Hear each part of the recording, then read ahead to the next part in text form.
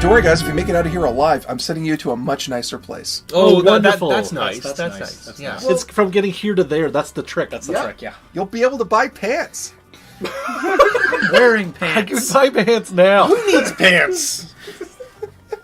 You're going to be made fun of for your lack of pants. Anyway, We have pants, don't we? you have thongs. We are a desert people. We have pants. Basically, what he's trying to imply is that if he does not get this mask back to this gentleman, then Odin's word is not worth really a lot. Which is fair. Yeah. Which is really bad. Yeah, That's not very so bad. good. Gonna get some bad Yelp reviews.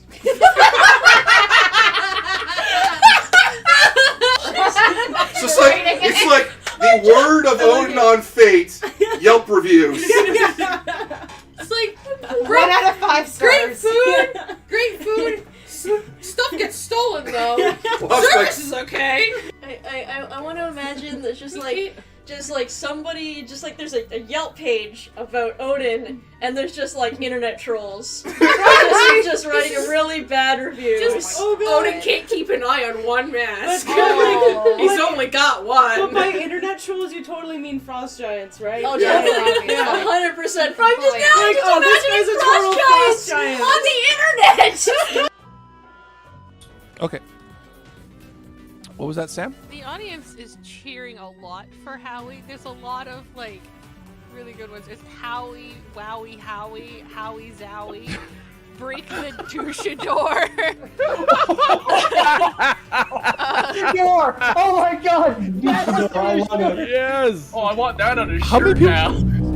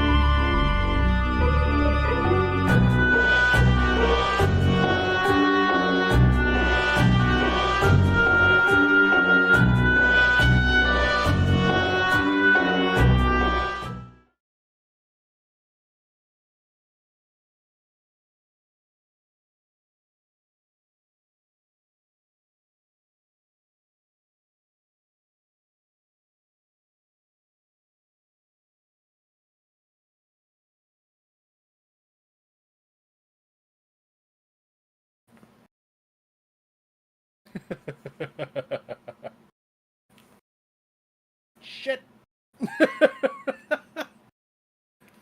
Can they hear me? Hey, everybody. Welcome to D20 Live's Craft Check, a most missed component of our repertoire for some time, according to the survey results. And I'd like to welcome you all back while Mike and Sam are figuring out their mic problems. Not Michael problems, but microphone problems. But until they've got that sorted, welcome everybody. We're going to have a nice relaxed day. Mike is going to be reviewing some rules. He's got a fresh model, well, fresh to him model. Oh, you got it open? Fantastic. And he's got a model that he picked up from a little swap meet. No, not that one. Oh, different one then. He 3D printed it. Hey, I got it. All right. So, our good man here, Michael, 3D printed that, and he's gonna see what the assembly is gonna look like. Yeah, so I'm excited for that. And Michael and Sam has a Baby Bird Stream Deck. That is that an Elgato? Yeah, it is. One of the more popular Stream Decks, if I hear properly from other streamers. And it looks like the good quality or high price? Good quality. There we go. Yeah. Until they figure out their sourcing issue, why don't you give it a test? I don't know if it's going to work properly. Oh, can we finally fucking hear? Yay! So, now that we're done playing stream charades,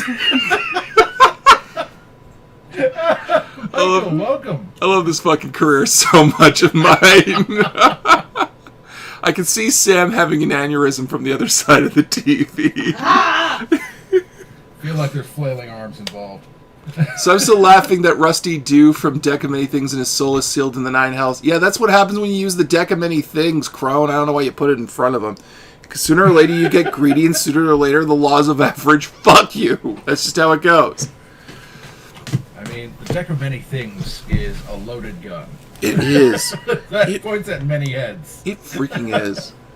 So, the game I'm reviewing today, it's the first time I've been given a game for Craft Check to review called Stoneburner. Now, this game appealed to me from its outset, pretty much from the start, because of the fact that the pitch was, you get to play dwarves in space. Man, it's good to have Craft Check back. You get to play... Broken Stone! Yeah, much like Deep Rock Galactic and Dwarf Fortress, but like Dwarf Fortress on Earth, right? Which was where they were taking inspiration from. Hey, Rob Hagen. And I was legitimately curious. Now, the thing is, when I imagined a system like this, I was imagining something like built off of like the D20 system or Pathfinder, where you would be able to build like multiple subclasses of dwarfs and things like that. So a smaller rule set didn't really seem like something I'd be into, but I got my hands on the alpha because I asked the creator politely, Renee, one of them. And Dave, you and Byron were there when we were looking through the rules, and all three of us fell in love with it very quickly. You are correct. It had that Deep Rock Galactic feel, and it had the you already covered both things that really appealed to me. Yeah. Space dwarves. Yeah. Oh, of course they're space dwarves. Where they got tired of Earth fortresses and they found mountains in space.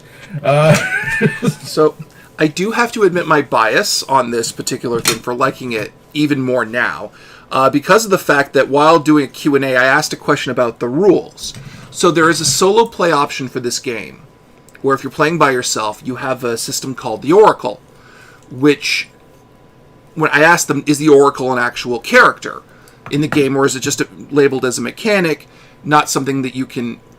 There's a bit of an echo, yeah, because it's Dave coming off of the the sound. We're using the Yeti. Bring the Apologies. Yeti. Bring the Yeti closer. Sure. So then hopefully that's just farther away from Dave. Dave, I'll also get this box out of the way. Is that mitigated a little bit, folks? Hopefully. So, But yeah. so here's basically how the system works, and I really like it. So you... Oh, yeah.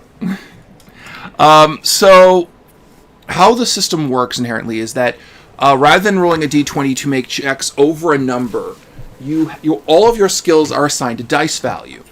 And when you roll that dice value, you have to roll within a certain check. So let's say you have and it can go up to a d20. So let's say one of your skills, my brain just switched gears without track. So the idea is that each skill being assigned a dice value, you roll that dice value, the higher the number you get, the better you do. There are breakdowns within a certain range. So let me get those breakdowns really quick, except it's not loading great. So the idea is between like a 1 and a 2 is considered a failure. I believe a 3 to a 5 is considered a success, but there's some kind of challenge or complication to it. And higher than that is better. So the higher the dice value of your skills, the better it is. Right? The thing is, every time you use a skill, the skill degrades and goes down a dice step. So let's say you roll a d12 skill, that skill goes down by 1 and becomes a d10 skill, and so on and so forth. We're getting a lot of people interacting for something I'm trying to review, but that's good. I just can't reply to everything, because every time I reply to stuff, I get really freaking distracted, but I am reading your messages. Dave, can you say something just real quick? Sorry? Just say something. Hello. Okay. I am the merry model of a modern major millennial. Okay, so we're still getting a lot of reverb, unfortunately, from... Oh, sorry, folks. Hi, Tonberry. Where are we getting the reverb? Because it's coming from the speakers, and the Yeti's really sensitive. Can you shift it so that way it's only... One directional? Yeah. It is on one directional. Well, then... we might have to switch to mics. You think? Yes. If we want to mitigate the amount of echo. Why don't I turn down the gain? Okay, sure, do that. Alright. It's to the right for the gain, right? Or left? Clockwise or counterclockwise? If you're looking at it, this goes this way. Maybe How's you that? turn down the volume of my broadcasting into the room. Well, we did that. Oh, okay. We're still getting the reverb. Ah, poo. How's that working? Can they still hear the Dave and they still hear the me? Well, I've got both chats open, popped out, so... You turn the gain up.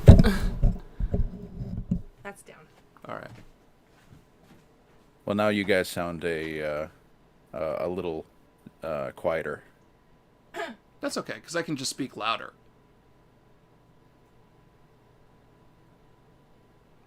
Oh, Rob Hagan says loud and clear. Yeah. Queen Atoll says better. Ian Lund says perfect for us. Dave is a silly head. Hey! I know a Tonberry when I see one. They're saying it's perfect. Okay. Oh, fantastic. Maybe you can turn your gain up a smidge. I love you. Me too. Just to round out your sound. There. Is I that think we're better? good. Yeah, I think that works. Yeah. Alright, I can Of just course, speak I'm louder. hearing you guys through Discord, so I can turn you guys up. Yeah, that should do it. Yeah. Alright, we good? I think so. Alright, back to the review. Da da da da. Okay. Also, Rock yes, and I will stone, be brother. building my gunbuster. Did you want your map? Hell yeah. I would like everything if I could. Well, okay, here's the tools. I realize both mats are by my desk. Yeah, I was curious why you hadn't picked them up. I'm sorry, I was doing everything else, man. Well, that's why I didn't call attention to it until now. Until I'm you did. really tired. I know you are. We were up late last night watching stuff. Oh, there they are. Aw. Sam's pooped. We were watching bad movies. Well, not terribly bad. They were pretty no, we good, were actually. watching pretty good movies. It's just Yeah. the recording of stage plays, done by a particular stage troupe.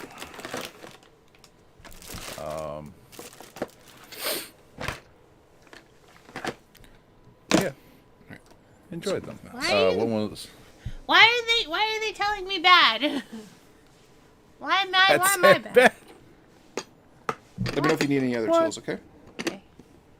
Why am I bad? I don't understand. I was watching a Chuck Norris movie. So, should I just restart the review? Yes. Okay. So, Stoneburner is a 34-page rule RPG where you play a space dwarf. The principle of the game is such that your uncle died and he left you his asteroid mining belt. So you and a group of friends are rolling up to both get every evil thing that's settled in that abandoned asteroid belt out and defeat it, while simultaneously setting up a colony in there and slowly improving your skills over time and finding powerful relics. Oh, Jesus, Tom Berry. Finding powerful relics, uncovering ancient dwarf secrets, and fighting evil. Now, this game works as both a single-player game where you can play by yourself using a system called the Oracle system, which I'll cover in a little bit, or it can be played with friends and a game master just fine.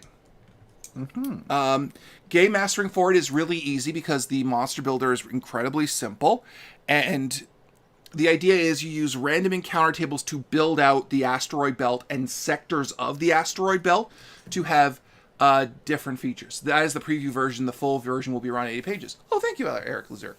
Well, based on the preview version. So I'm trying to do it properly. So, what I really liked about this system is the fact that how the dice mechanic works, because each skill that you have, and there's 3 primary skills, which I won't go into because I want to encourage people to go check out the Kickstarter, which is going on right now. I believe they tripled their goals, and they're now getting stretch goals coming out. It went real fast. Yeah, it went real fast. They got full funding within, I think, 24 hours, within the first couple of days. But they're doing really well for this Kickstarter. Everyone's really excited and jazzed about it, and I really enjoy the rules. But I'm currently going through the preview rules. So you go through areas, and you're allowed to do things like rest while building structures outside of the zones you're exploring to assist you as you go through, and they're represented as the dwarvish community you're building as you're going along. So, the skills. Fuck me. God, hoping I can say this properly. The skills system is actually really interesting because in addition to having the 3 sets of skills, you also have additional add-on abilities from your class that you can use and expend. As you roll dice to use skills and succeed and fail, those skills degrade every use. So eventually your skills degrade to the point of becoming D4 dice. So let's say you have a skill that's currently a D12, you roll it, you use it, success or fail becomes a D10, and then a D8, and so on and so forth until finally it's a D4. Obviously, with the way the system's constructed, the success and failure rates meaning that you have to be above a 5 to do really well. 1 to 2 is obviously considered a failure, and things like that. Again, not trying to go into too much detail because I only have the preview rules. Very good stuff. I'm just cleaning up my Nobel Gundam that I got from a swap meet, so...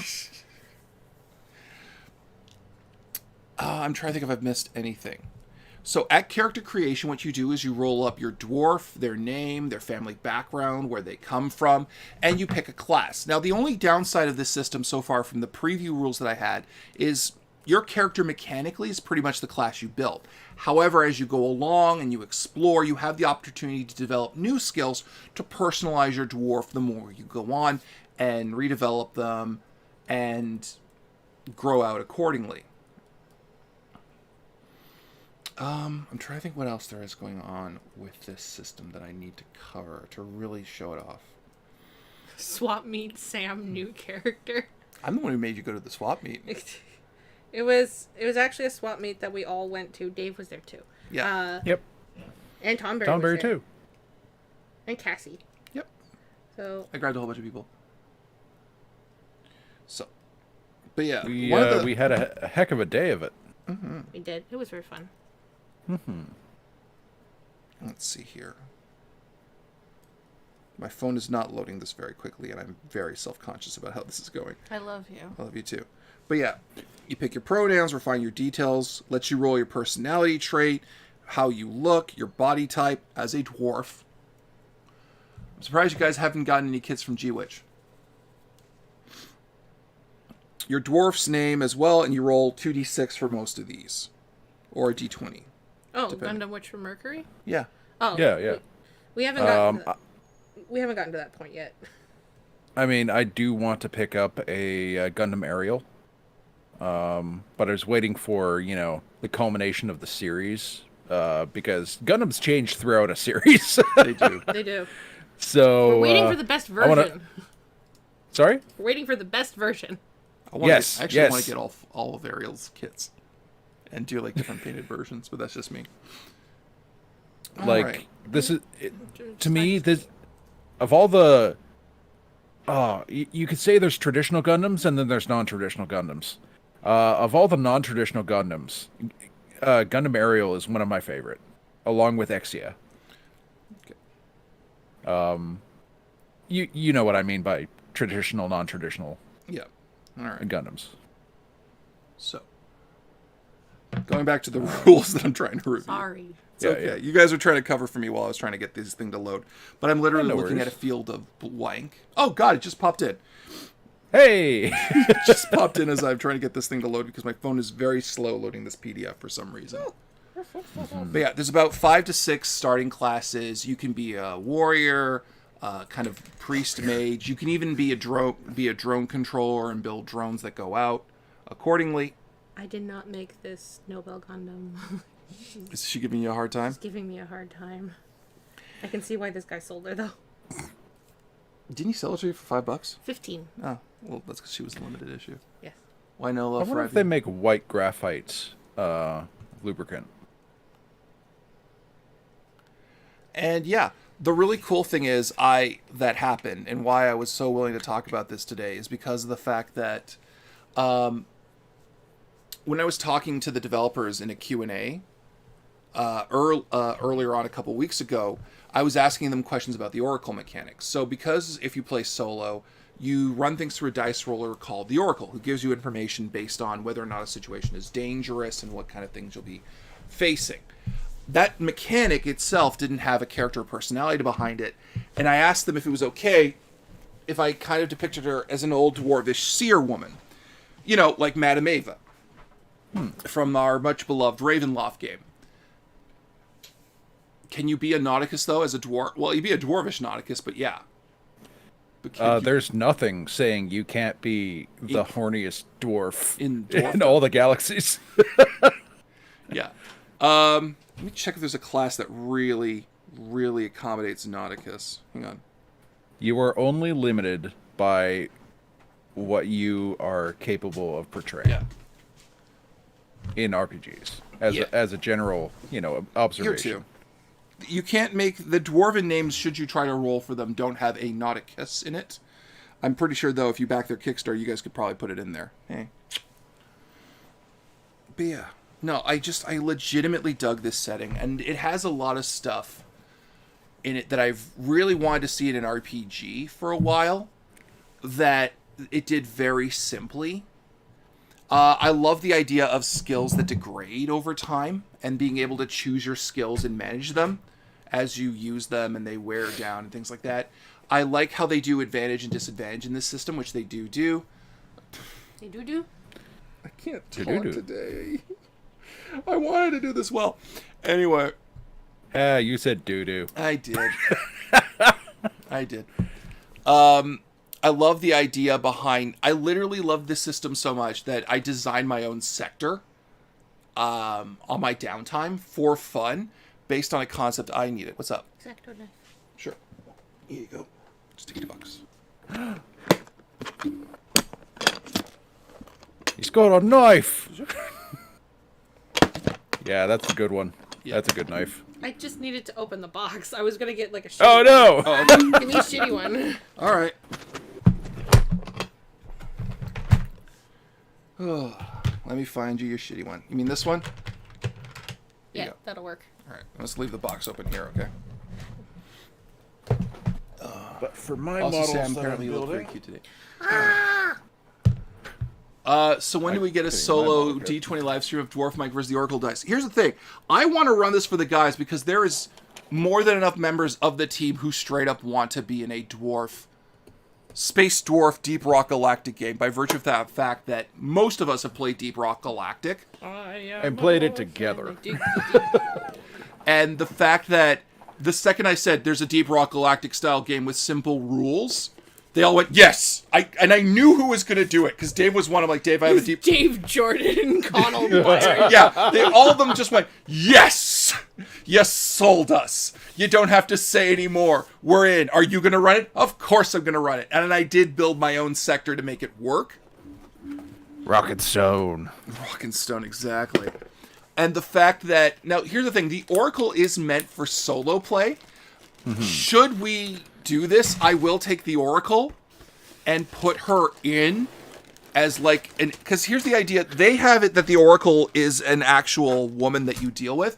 However, while I was talking with them in the Galen and Renee, Renee does most of the rules and Galen does the art. I toyed around with the idea that one thing dwarves...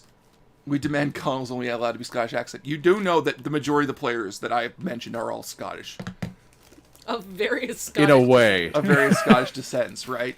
They will all Scottish and English. Scottish and English of various descents, right? They will all bust out a Scottish accent.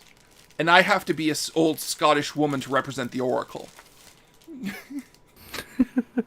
to make this work. Because the idea I was bandying with them was the idea that not only is the Oracle a woman, dwarvish coders, in order to honor venerated elders, code their personalities into their Oracle AI, which immediately feeds back into the helmets of Stoneburner groups that are doing runs. So basically, it just means there's a crotchety old woman who's technically dead, giving them shit about the crap they find. Some say that's the greatest legacy you can leave. Yeah. You know. So it's just, oh mighty Oracle, is this door painted in yellow, hazard yellow? Is it dangerous? To which me, what do you think, stupid? I think this just says Pato. Pato? Pato. On the rules? Yeah. On the sheet? On the sheet. But yeah, I legit want to run this sometime this year. I just get the most dwarf-minded players. I know it kind of benches out Devin's Witcher game a bit, but it's also us being doofy-ass space dwarves. But yeah, no. Could have Sam doing a Scottish accent. My Scottish accent's not that good. But yeah, no. Each of the classes has these really cool abilities where what happens is they have a certain amount of... I cannot remember the term. Certain abilities have costs where they lower your skills by a step, depending on the cost. So let's say a cost of a skill is 1 and there's a lightning bolt next to it. You have to lower a skill by 1 to offset that. And you can do combined checks together with your party to do stuff together. And all these classes are really cool, and I wish to God my phone would load so we could fucking review this properly. But yeah, no, I legit want to run this for the guys and have Sam beat me if she wants to be along doing her usual background commentary thing. But it's very good. It's on Kickstarter right now, and you should go check it out. And I find it incredibly delightful. It is the very pinnacle of what I've talked about a lot on here, gameplay mechanic elegance, which I really, really, really like. Mm-hmm. Open up all the bags, Sam. Leave all the parts out? Leave all the parts out. All right. I think that's an adequate review. I should have had a plan of what I was going to talk about and made proper notes, but I thought I would have better things of the rules going. But that's all good. me. But yeah, I legitimately love it very much. I'm going to start building my model kit now. Which I did, in fact, as Dave correctly pantomime guessed, I 3D print... What? You need to move the couch back. We could move the couch back. Which Dave did correctly guess, I 3D printed. At work. Nosferatu in space versus the clan McSpace War. Aw, Dave, you guys would have to make a clan name. Oh, it's gonna be bad. Yeah, it's gonna be bad. Or majestic. Either or. Or both.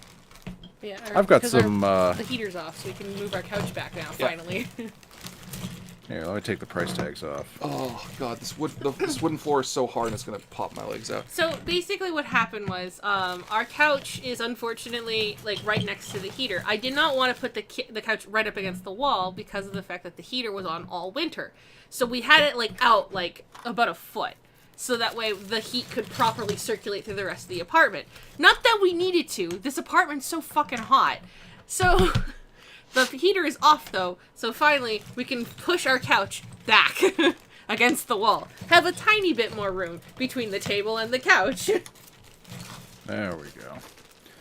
So Oh, today no! for Craft Jack. What? It comes with It came with the gum! Oh no! The cursed gum of Craft Check! Come with these! Oh my god. You should be done by the time it loses flavor. But I just put it in my mouth and it lost all flavor.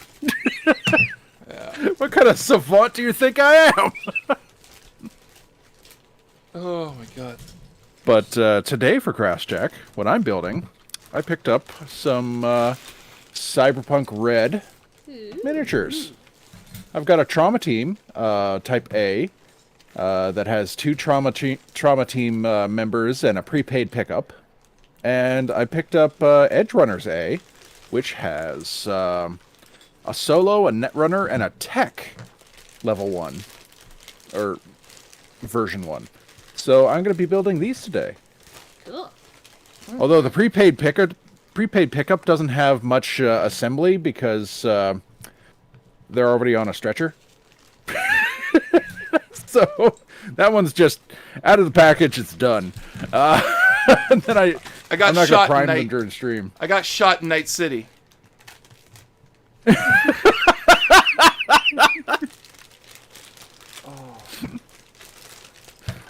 I am legitimately really fucking jazzed to run a Space Dwarf game for D20 Live, and I am bound and determined to fit that in somewhere in this year. Spez Dwarfs. Well, because it appeals to everybody, right? Because I was trying for the longest time to come up with a Space Dwarf setting. So are you all caught up on Dawn to Dawn? Mostly, I might be a chapter behind, right?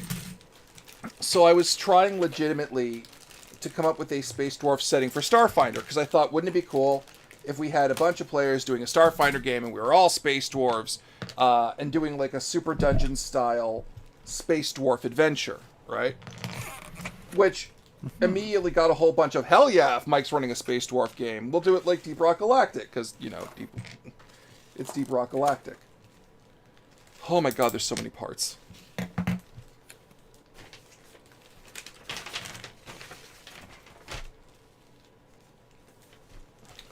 I should probably put these in alphabetical order. So that way I can... Okay, I think that's all. Nope, there's one more part. Okay. Mike, what exactly are you building today? By the colors, I think you should be You able should to be tell. able to tell based on the colors what it is.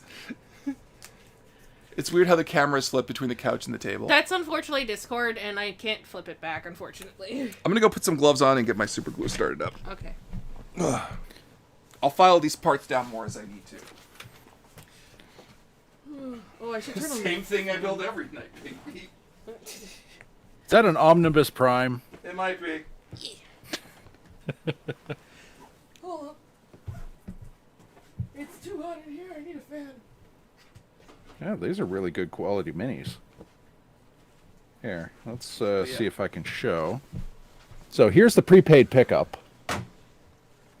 Yeah. It was just, you know, on a stretcher, having a great time. Which is technically like the second mission in Edge Runner, Cyberpunk 2077. Yeah. You find your pickup in a. How can you tell I work with the public? I can put on rubber gloves real fucking fast. Ugh. Can you see Mike's a little better now? I moved over the table a little bit. Oh, I like this Kyle Reese looking mother flipper. Yes.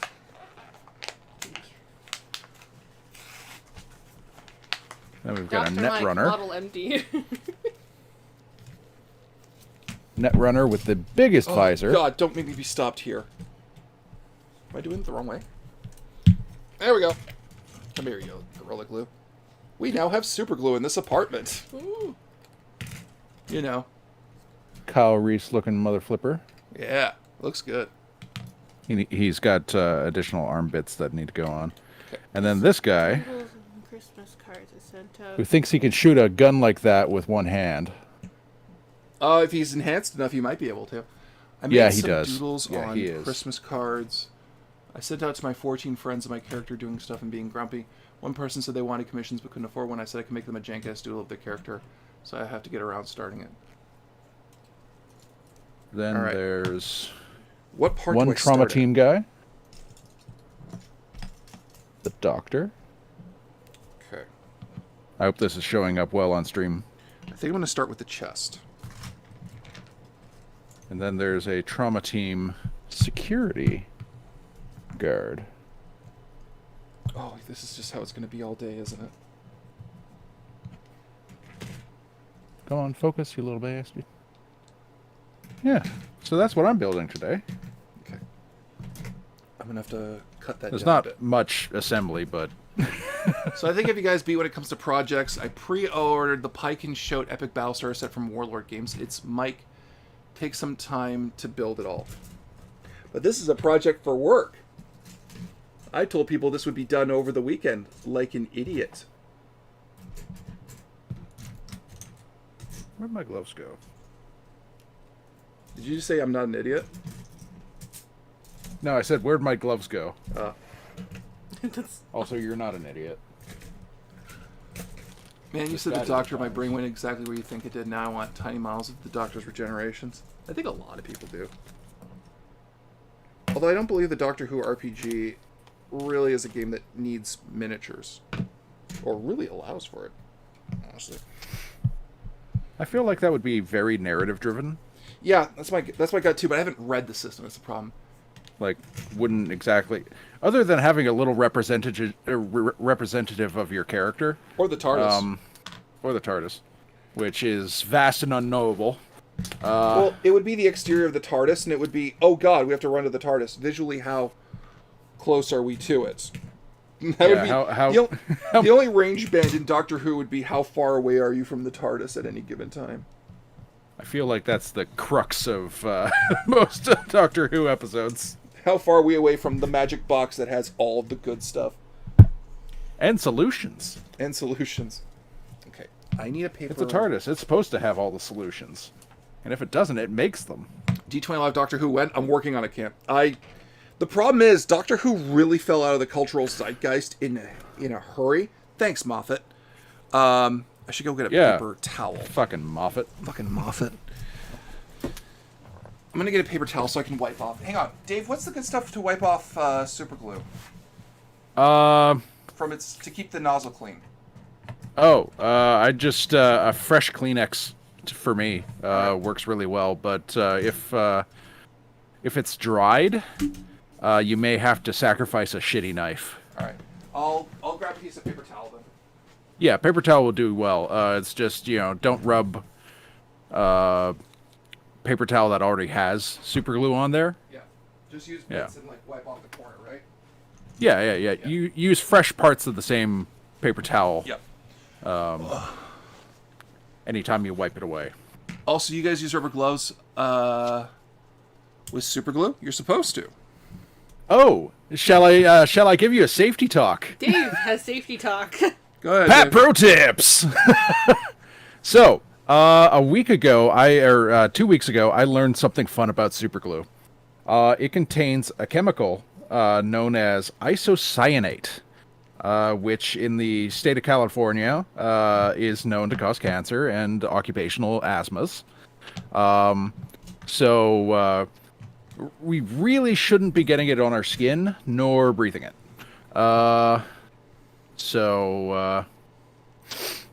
If we were working with it, like in an industrial setting, we'd have full respirators. But since we're having such little exposure to it, we are at very, very low risk.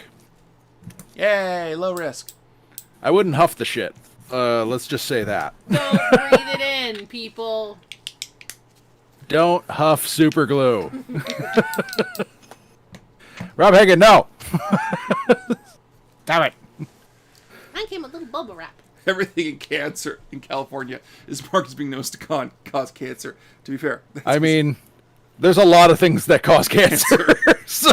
Also, yes, Tonberry, we will call you if there is a D20 Live Doctor Who thing going on. Okay. So that's the chest. I'm going to let the chest go for now. You're the first person we call. Tom is the second. But yeah, isocyanate is in a lot of paints. It's in super glue, and it's a bad customer. So you know what's cool? My work actually has clear blue filament. Ooh. As I don't think I can see it. You have to put it closer. So you can see it's kind of translucent, semi. That's nice. That sounds like a special order thing, or something that's a little higher price. No, it's not, which is the weird thing. Technically, PVA is still the most expensive material you can get for 3D printing. Is that the filament? That's the filament that dissolves. Oh, that's the dissolving stuff. Okay. Yeah. Wait, so they use that as as bracing material? Yeah, because it's... Ooh. Well, because they have to. It's the only way to use it functionally in a model, in a 3D print model, right? Okay. And then you put it in the ultrasonic discombobulator. Also known as water. Mm-hmm. But yeah. Depends on if you have an ultrasonic discombobulator or a tub with water in it. Yeah. A tub of soapy warm water works just as well. Yeah. But it also comes out looking brown so that you can distinguish it from the rest of your print. No, it comes out clear. Really? Yeah. Oh, you got clear ones? Yeah, we got clear one. Stuff I'm used to usually comes out as brown, but... Yeah. The problem is our PVA, and this is like every branch of the city for me, all just does... You have to go through so much, and this is actually a known problem with PVA. You have to go through so much to keep it preserved. Oh, yeah, you got to keep it in, like... a cool place. I have to keep it sealed up. You gotta keep it away from other catalysts. You can't over dry it out either, because that makes it brittle. Yeah. Okay.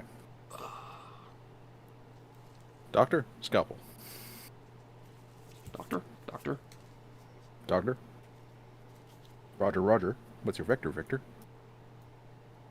Can I have the sponges? Sure. Which ones? The 200 grits or the... Yeah. Okay. Yeah. Thank you. Welcome. I don't really need them today. The issue for me is that I'm often dealing with small pieces that I need to glue together, and oftentimes I need the dexterous strip with my fingers to handle the pieces. Yeah.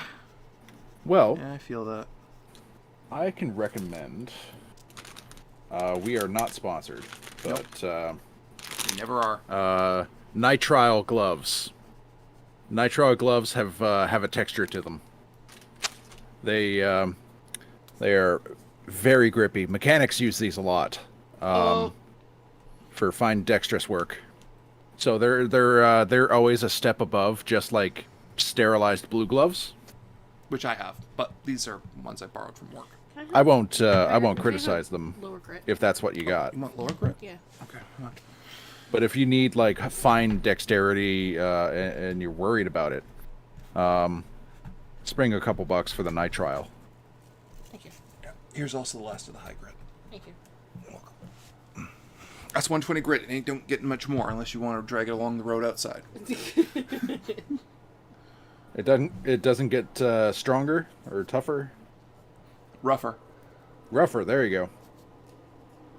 I mean, they make sandpapers for all the grits in the rainbow. So I remember when we were all addicted to the dude who was making the sharp knives on YouTube from different materials. Oh, that was really fun. fun. Yeah. And it always ended up being, he's got these incredible grit sandstones. Of course he can sharpen anything.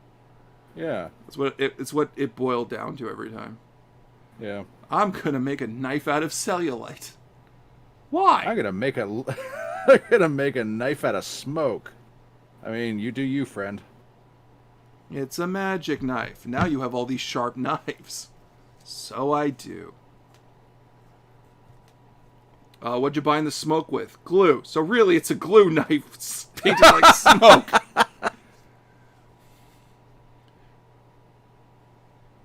It's why I prefer all on one miniatures, which is mostly what I have anyways. Apologies, problem with scenario design is loss of what time it is. No worries.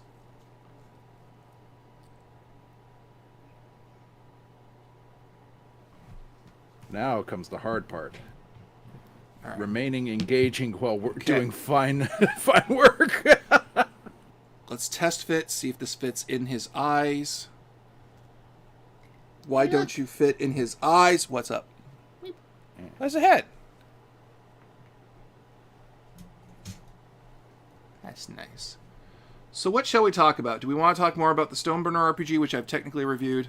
Badly. We can talk about the movies last night. Chat, if there's something you guys want us to discuss. I would discuss Dan Da Dan. Why do I seem like I have trouble typing correctly in chats? I don't know, Inlin. Why do you? If you want to discuss recent D20 Live completed stuff, the fact that we're going to Anime North. Woo! Woo! There will be an announcement for that tomorrow. Yeah, literally tomorrow. But yeah, we're going to Anime North. And this is the unofficial announcement. Yeah. This is technically the second one. I made art for it and everything, and everyone's really happy with it. They're all like, holy fuck, it looks so cool, Sam. And I'm like, ah! It's pretty baller. Does anyone want to talk about Hot Ganondorf? I am really tired of simping over Hot Ganondorf, if I can be honest. So they've released the art for the new Ganondorf for the newest Breath of the Wild game. Tears of the Kingdom? Yeah, Tears of the Kingdom. And they cannot shut up about how hot he is. Well, he's stuck in there now, and I can't get him out. Ah, my loins. They burn. Oh, sweet. That fits just right. Wow, this guy did a good job. Oh, Sam Mike, if you were a typical teenager in 1980, what would it be like? I was in the 1980s. I mean, I was pretty young. I wasn't a teenager. I was young in the 1980s, but I would have pretty much been the same disaster teenager I would have been in the 80s as I was in the 90s. Yeah. It was only a decade off for me. I would be the same person playing Magic the Gathering and with my friends arguing about anime. It just would have been different cards and different anime. Yeah, different sets of MTG. You and me both, Mike. Shush. Holy crap, that looks good.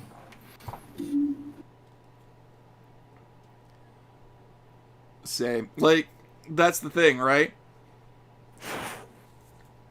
And to be fair, the city I live in doesn't exactly stay on the cusp of things, so it was effectively like being in essentially the 80s and the 90s in this city, as everyone who's lived in the city can attest. Instead of Magic, it would have been Dragonlance. The problem was, I almost got into Dragonlance. I did. Because everyone and their brother, if you weren't a nerd in the 80s and 90s, Dragonlance was fucking everywhere, but there were 30 books out at the time, and I got scared by the number. Oh, okay. Wow, that looks really good. Okay. Alright, let's do a test fit of these before. I probably would have been more aggressively beaten up being a girl that liked video games, comics, and sci-fi. Yeah, that was not fun getting my ass kicked in early parts of grade school. It didn't happen in high school, though. Because you were big. Because I was the size of a house. That's actually why one of my best friends... In the 80s, only 6 novels and 12 modules. Yeah, then I would have actually had a chance to get into Dragonlance. Because I remember Dragonlance being fucking huge by the time the 90s roll around. I'm going to come back down here. Yeah, Mike was a big lad in high school. I was a lad. When I was a young warthog. Someone's supposed to say very nice. Oh, that looks good. Tiny head. Back when I was a little girl in England.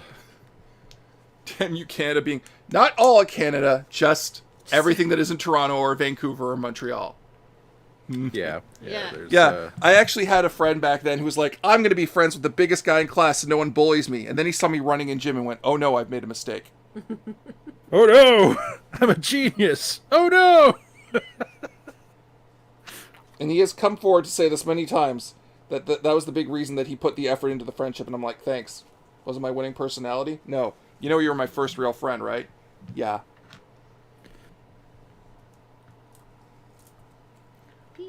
But elementary, middle school, I ran home in class avoiding the shit kicked out of me. I couldn't avoid it during recesses. Same, Tonberry. Same. Then I got into a fight, and I stopped losing. People stop fighting you when you win the fights in grade school. Oh, no, fuck you. It's almost in there. Yeah! Ba-da-ba-ba-da-ba. Got the chest plate in. Nice. I'm going to let that dry. Ooh, I actually need to use my nippers. But yeah, I got my ass fucking kicked in grade school. High school, I don't care what anyone says. High school, people do not give a fuck. God hand. Oh, those are such good nippers. I do want to get God hand single edge. Mm-hmm. Nippers. What?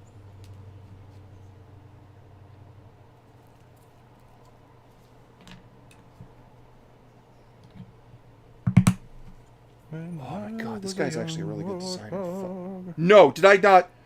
Oh, thank god I didn't design it. Did I design you upside? Did I put you in upside down?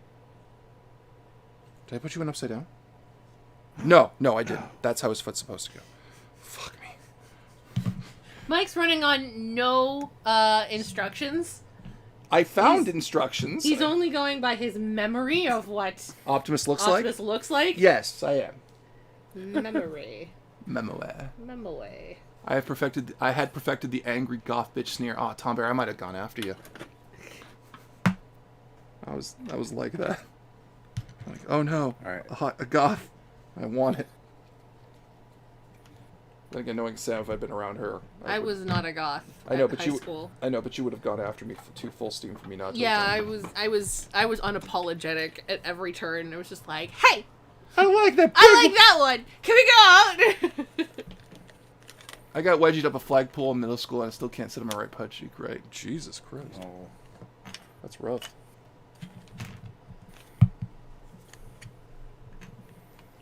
Okay. Alright, there's that done. I found my drill bits. Okay. Let's see if I have a big enough one. Sam, were you a perky goth? I didn't have goth clothes. I just liked the goth aesthetic. I still don't have goth clothes because I don't have any money. But I very much was into anime. I'm not gonna lie. I was kind of more of a. I was more of a girl that would have had a yaoi paddle. Yeah, but I wouldn't have actually slapped anybody with it because I didn't like actually slapping people. Right? But I really did like the goth aesthetic, and I wanted to do the goth aesthetic, but I was too perky to be goth, in my opinion. Swarmed with a group of 14 girls in middle school while the teachers looked on and did nothing. Jesus Christ, Tom. Ugh. Not surprised. Yeah. I didn't have middle school because I went to a Catholic school. Which, as I understand it, I avoided a grenade. Of an experience.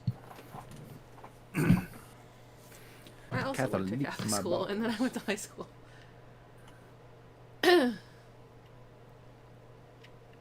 Say I'm having fun writing a quick story for the light RPG. I will be running the fantasy trip is so rules light. The basic spell list is only 6 pages long. But yeah. In grade school I got picked on because I was the weird one. Me too.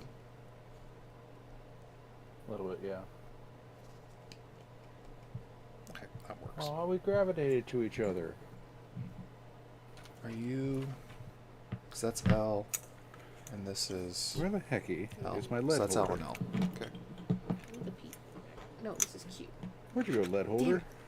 I took the wrong thing out. Right and right. God, he did such a good job of designing this. Some people just Take built the different. long way home. take the long way home.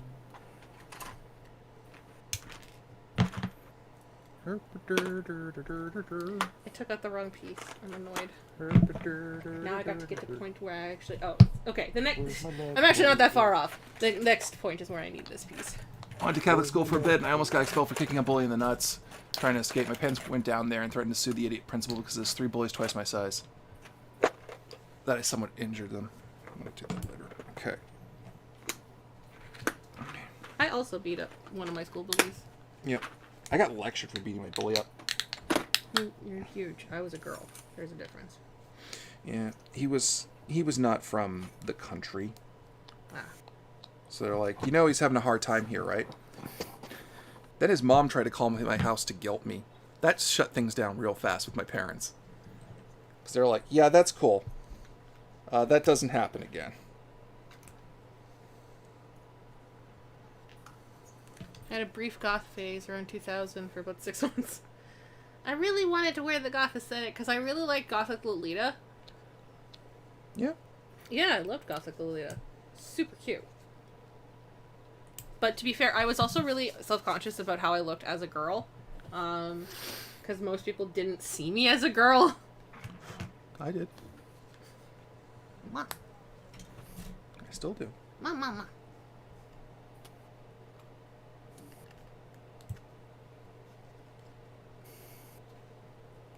So, I was the weird theater kid who very much liked anime. Not Sam, you'd make a cute Gothic Lolita or a pastel goth. I really like it. I just broke a piece. Dave, they're asking what you're building. You said trauma team. Yeah, but they might have come in late. Oh, my apologies. Welcome. I'm building some miniatures for Cyberpunk Red. Yeah, they sell. I've got a trauma team here, and some edge runners, and right now I am cutting the foot peg holes for. Come on now. Focus. Focus. I don't know why it's focusing. Not focusing now. Let me try slightly different. Let me go in this way. Okay. Huh. Have you seen Tomo-chan as a girl yet? I have read the manga in its entirety. I love it. I was disappointed with the anime because it's not as rapid-fire paced as me reading it. I gotta read that one. But then, of course, the internet fell in love with it. And I'm like, damn it! And then I've also got some edge runners. Now, having dropped everything... I'm currently reading Dun Dun Dun. I am waiting for the thing that if you're reading Dun Dun Dun, you know exactly what's coming. Did he lose his penis again? He lost a testicle again, yes. But they're about to get it back. The lead girl is like, man, you gotta stop doing that. Losing your testicles? Yes. Yeah, Dave, in this manga, the man loses his testicles. The boy, the young man. Young man loses his testicles very often. Okay, he lost them one time. We're just having a hell of a time getting them back. Young man, there's no need to be crass. I said, young man, stick your hand up my ass. I said, whoa. Dave! Okay, wrong direction. I should really get instructions. So, for those of you who are trying to figure out what my life was like at the beginning, Tomo-chan as a girl is pretty much what it felt like for a while with a lot of the guys that I had crushes on, because they all saw me as, like, their little sibling. And I'm just like, great. Thanks. An avocado. Thanks. Yes, David, more language.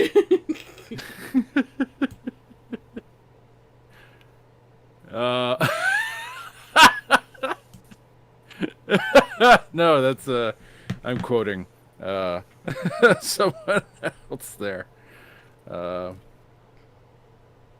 Not original joke.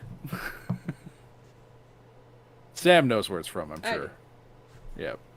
Mike, maybe not, but that's fine. Oh, who knows? My brain barely works on a good day. No, it's from Grumps. Okay, that's how the legs go. Okay, I did do the arms right. I'm just stupid. Okay. All right. You're definitely a Misuzu type, though, Sam. The brunette? Or are we talking about Mortimer? No, she's not. She's not the bane of human existence. And a trash devil. I am a llama eating a banana. Meow, meow, meow, meow, meow. Sorry, I don't. Guys, she's Clara.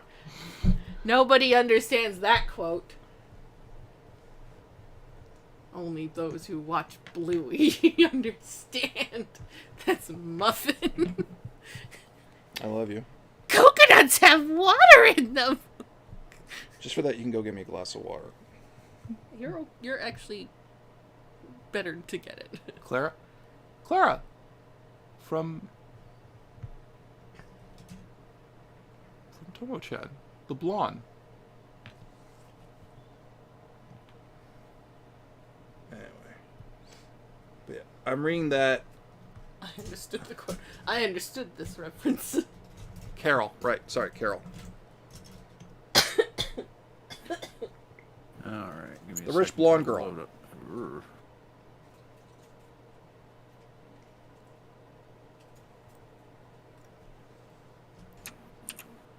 I got it, Carol. God, don't yell at me. Carol. Carol!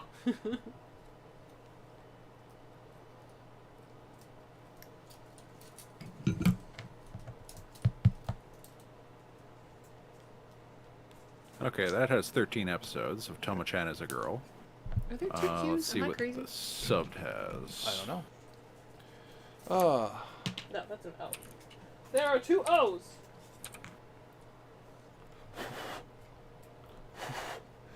So, what else? Yeah. We are currently rewatching Parks and Recreation. I am caught up on G-Witch, mostly because there's only one new episode. I did get Sam to watch Mashal, which I can't tell if she likes it or she hates it.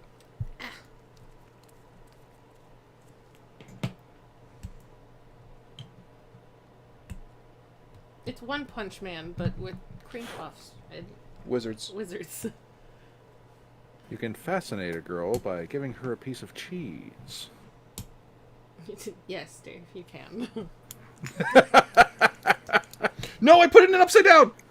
Get out! No! Get out! Get out! No! No, no, no! No! No! No, no! No, don't be fused! Don't be fused already! Don't be fused already! Did you put glue on it? Yes, I did. But it's okay. It's okay. It's okay. It's okay. It's okay. It's not okay. It's okay. I got it. I got it. I fixed it. I fixed it. Holy shit, that shit made me shit my pants almost.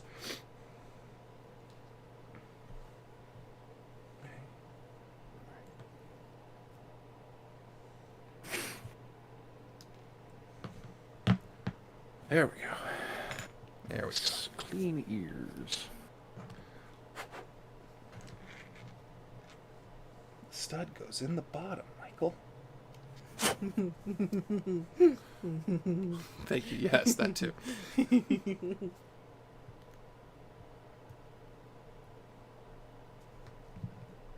Uh-oh, Sam has turned full giggle puss. Yeah. She did not get... Somehow she didn't get enough sleep last night, even though I woke up first today. I fell asleep in this very chair. Dave, We know. We tried to call you and wake you up last night. Going like, hey Dave, go to bed, and you were like, nah, I'm asleep. Exactly. We also watched RRR recently, and that was a fucking good movie. That was so fucking weird. It was wild. perfect. I love how all the guys immediately fell in love with the movie, and everyone else was just like, hey, this movie's weird, guys. Well, okay, everyone but you. It's just me. I was just the one who said this movie is weird.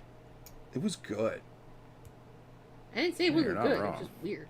To be fair, the dynamic between the main characters was probably the best bromance I've ever seen in my entire life. So RRR is a story about the 1920s India and the English occupation at that time.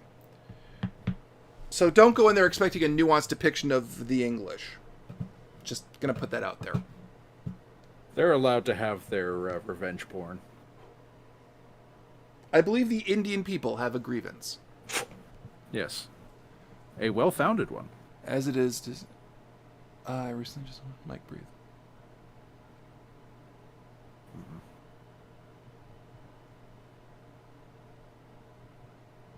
Actually, comment I've seen the clips. It looks so fucking good. I know I want to see Renfield. Me too. Yeah, so RRR is I don't want to call it specifically a Bollywood movie, but it's... Because I believe it's Tamil cinema.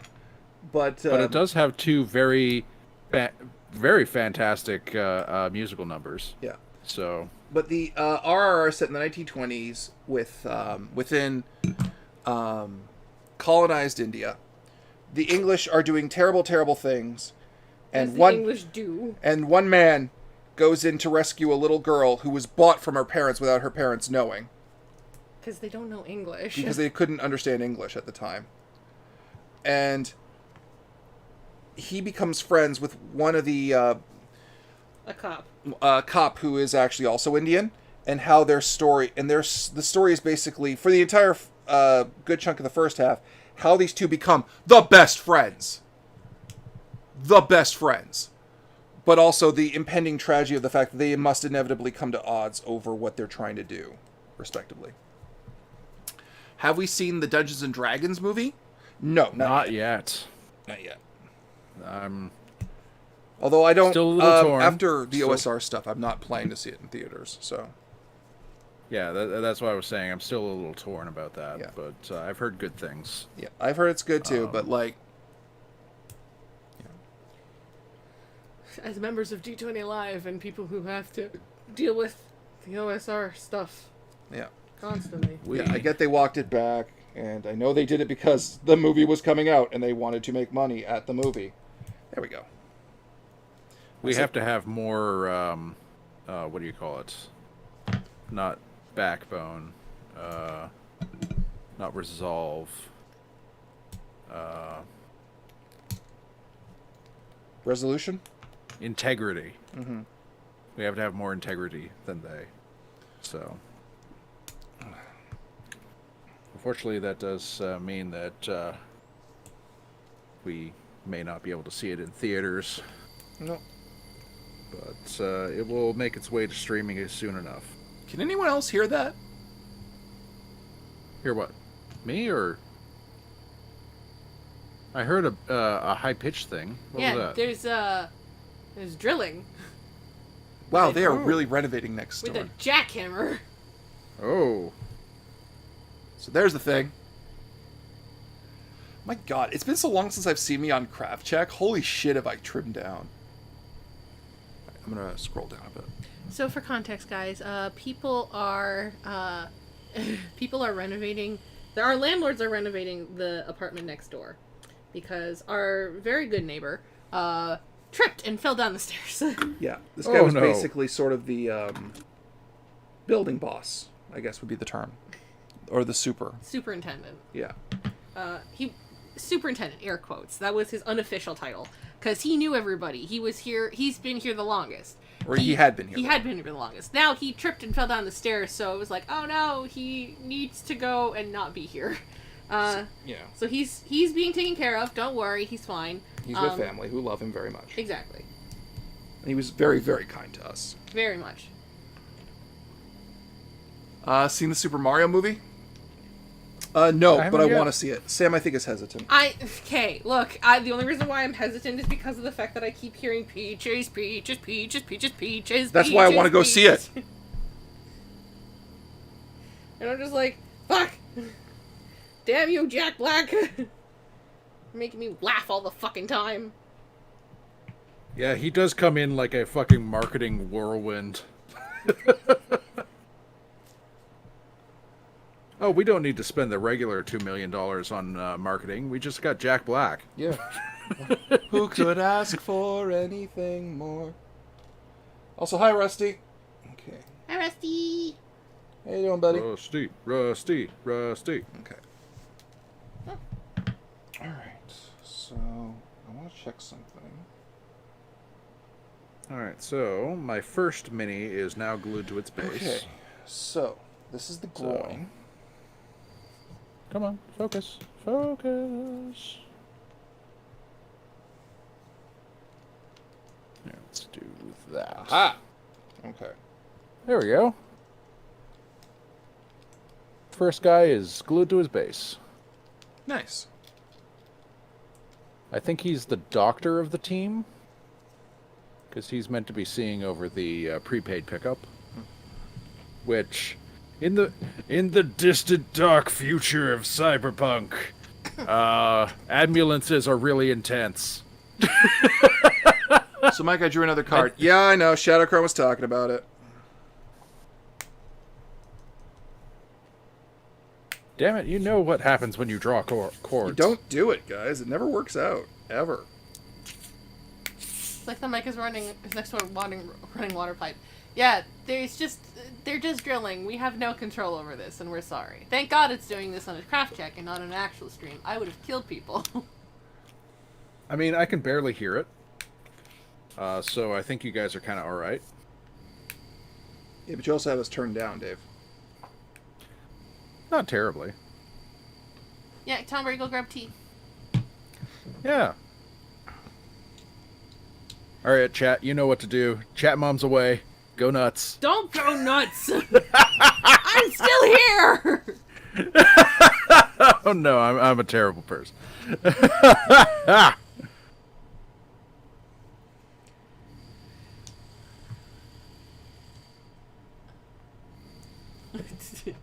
Dave. And Seth Rogen is tolerable as DK. The weak ones are Pratt, but he usually leaves the mannerisms when Cranky is way wrong for the voice casting. Wait. Oh, Seth Rogen is Donkey Kong. Okay. Yeah. Taylor Joy is sorry, fine as Peach.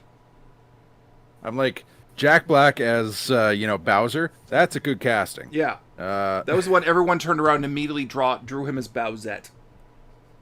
Whoopsies. He knew. He knew. We should have seen the...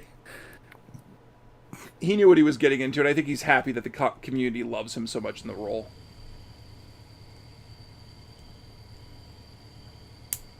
I saw that one interview of his where he's like, I don't think I even want to come out for this interview. We discussed we were gonna all dress up as our characters, and so he's dressed up in like one of those Spirit Halloween Bowser costumes. Yeah, that sounds about right. Everyone else is in like talk show suits. Jack, do you want to come out? No. Come on, Jack. No. But I liked him as Bowser from literally the first... I liked it from the start. But the second he did the voice in the trailer where he attacked the penguin world...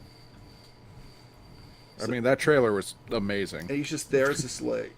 Fuck, yeah, he sounds like Bowser. Now they're just making fun of me. God damn it. What? Fucking What? drill. They're just going... Rah, rah, rah, rah. God damn it. Wait, what was that? The drill's giving Sam a hard Oh, time. the drilling. Oh, I'm sorry. Sorry, Sam. Rah. They really are fucking going after you They are. at this point. It's mean. It's me. I'm the problem is... Jack Black, Keegan Michael Kay, and Charlie Day are the three carrying the film. Oh yeah, I love that interview. The other color well, sure.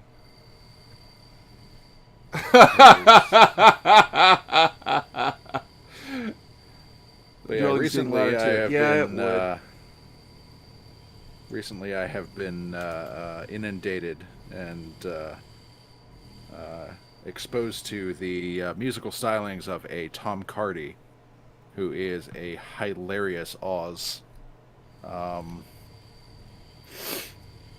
he does little short songs on the YouTubes.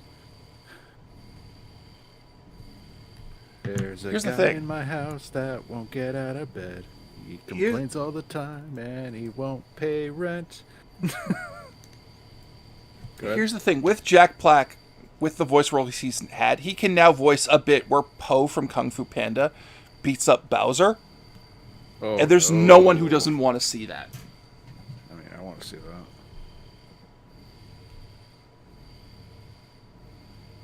Darling, that's Mike's job, please. One criticism for the Mario is that they didn't credit Grant Kirthrop for the DK rep. That was stupid. I saw that. Yeah. Mario movie. Same problem actually happened in the D&D movie because they were in Waterdeep and they didn't credit Ed Greenwood. Yeah, that's stupid. I think that harkens back to old grudges, which honestly they should be putting up aside for a fucking It's feature-length motion stupid, picture. and people don't know how to do things properly. All they had to just do was put his name in the fucking credits. Just put his Yeah. name in the fucking credits. What's the fucking deal? It's just a text document. God. It's an email to get permission to put his name in there, and he'll say I'm yes. sure he would have been fine. Massive thanks to Ed I've Greenwood for met the creating the man. Forgotten Realms. This in no way looks like his Forgotten Realms, but fuck it, we're in his playground. I fucking met the man. He's a nice. nice guy. He's nice. A little too horny, but he's nice. Yeah, he's a little horny. In his writing, not like in person. He won't grab you or something. Okay, like that. he's not a sex pest. He's Yeah. just He just has horny writing, which Godspeed, Christian soldier.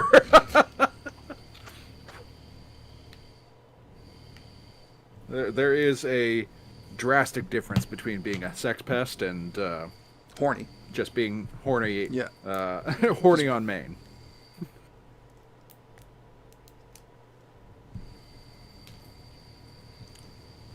Aha. The back. No, Kirk Hope wasn't credited for the DK rap. I know that. He actually came out on Twitter talking about it. Oh.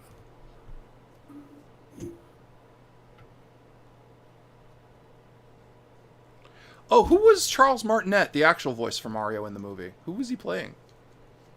Wait, did they actually cast him for something? What? Did they actually cast the original Mario voice as something? Well, technically, the original Mario voice is his jumping sound, but Charles, yeah, he's in the movie. We just don't know where. Oh. Or at least I don't know where. If he plays the guy who runs the wrecking crew, I'll laugh my ass off. Was that a Koopa Troopa wrecking crew? No, Wrecking Crew is an NES game, and supposedly Mario and Luigi's first job. Honor Among Thieves centers around Neverwinter. Yeah, but oh. Neverwinter is in the Forgotten Realms. That's Greenwood's creation. Yeah. Same with the HBO show. They uncredited as one of the creators, and Mario. Like I have. He's Mario's dad. I have. That's that's the best way. That's the best way. I think it's the 3.5 Forgotten Realms source book, which is pretty good, pretty awesome. Mm-hmm. My ex would not shut up about wanting that. And I'm like, no thanks. Yeah, she that's really mine. wanted to get it from you, even though, it was not hard to find that book. Yeah, she was just kind of lazy. Anyway. Oh no!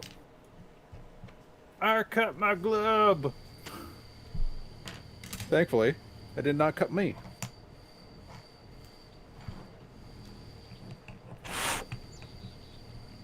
I don't have the Okay, soundboard up. I can't do the X. Ta-da! What was that about soundboard? I have a soundboard on. The fucking duck sound. Here we go. That's the only one. That's the only one. I swear.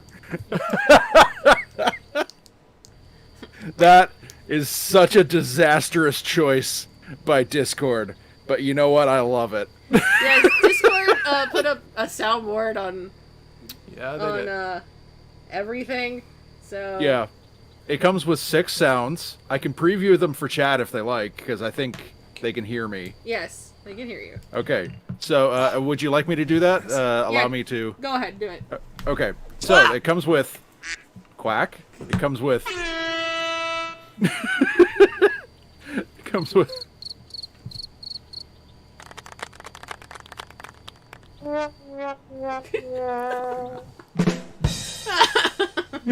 So, if you didn't know Discord had that... Now you do. Now they do. Now you're a hazard for everyone around you. Definitely. I'm sorry, the world. I'm setting you on fire today.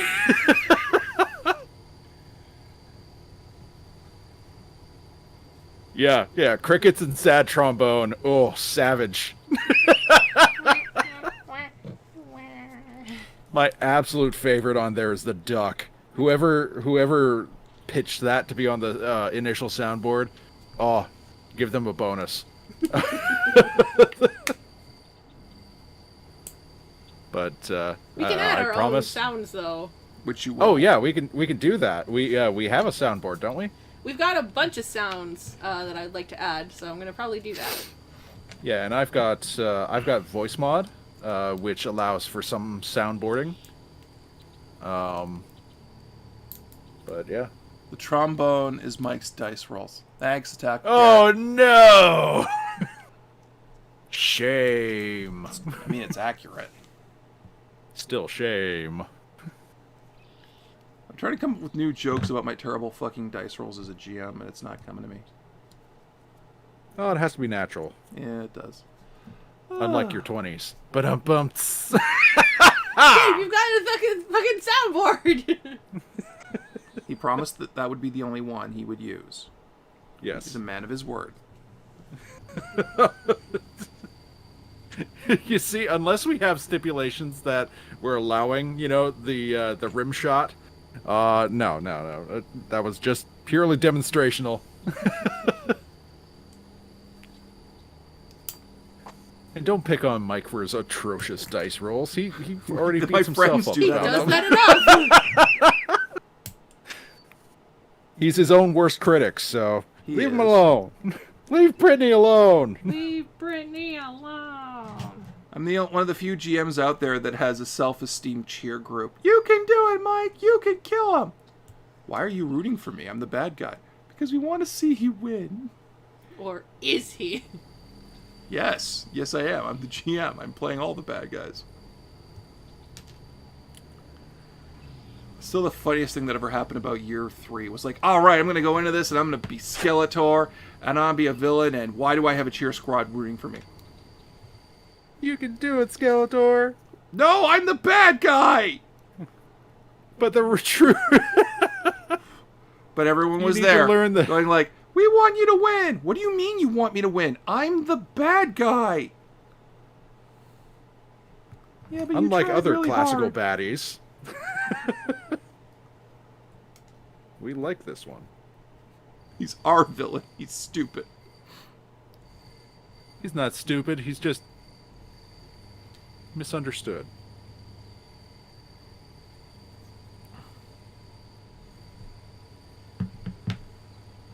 Such a lovely day outside that I've got It the is. screen door open.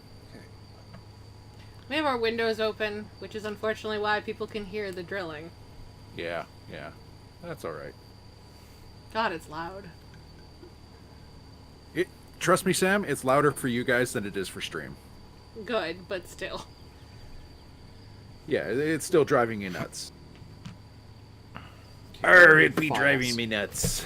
Where are my nail files? Where are my files? What? Uh-huh. No, my In your shroom briefcase. files. Shum files? Yes, the sanding files. Shum files. Hey, don't call them that forever, please. Too late. Shuma shuma. Shit. Yeah, the fucking world's different now, Mike. You call them the shum files, they're now the shum files. They don't have to be. Look, I call every single wee woo a wee woo now. It's called an emergency vehicle! Wee woos! Wee woo, wee woo. Wee woo! Wee woo. Wee woo! Literally every time I see a fire truck, I just go wee woo! Wee woo! That's my wife, ladies and gentlemen. Okay, I think I need a new slipper. Why? Uh-oh. Oh, it's been shot. It's been shot. Oh no!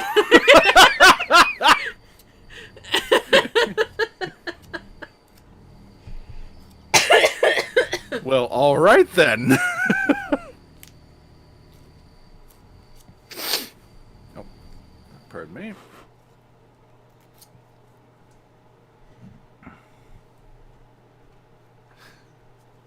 Overlord Miguel Grande, Vicomte de Dice. Curse my dice's sudden but inevitable betrayal.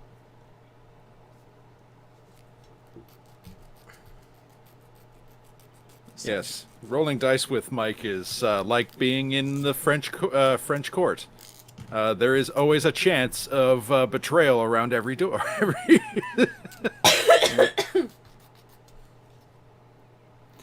It sort of led my life to being this thing where I go all in on min-maxing characters, because then at that point it's like, well, either I'm going to die spectacularly. If this hits, and there's no guarantee it will, if it hits, the world ends a little bit. What happens if it doesn't hit? Well, he's going to end a lot. Well, I'm going to be kind of sad, honestly.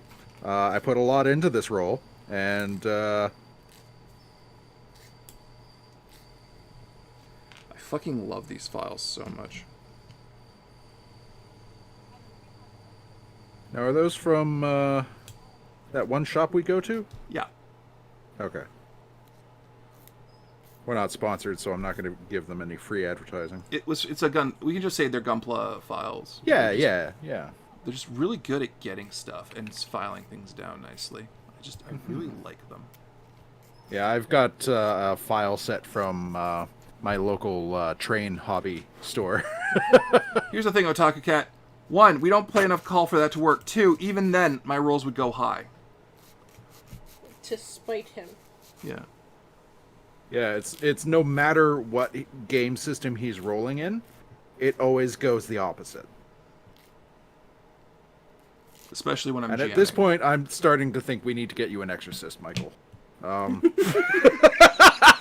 Attempts may have been made. I went to a church. I did go to a church at Tom's wedding and talk to the priest and say, please bless my dice.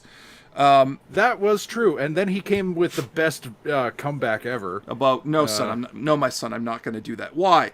They rolled dice for Jesus' clothes. On your way to your father, I'm getting out of here. That's Fair. good talk. Good talk. Fair. Okay, that's a good comeback. To be fair, it kind of there is feels a like church. you... There's a church down the street. We can just go and steal some of the holy water and just bless your dice with it.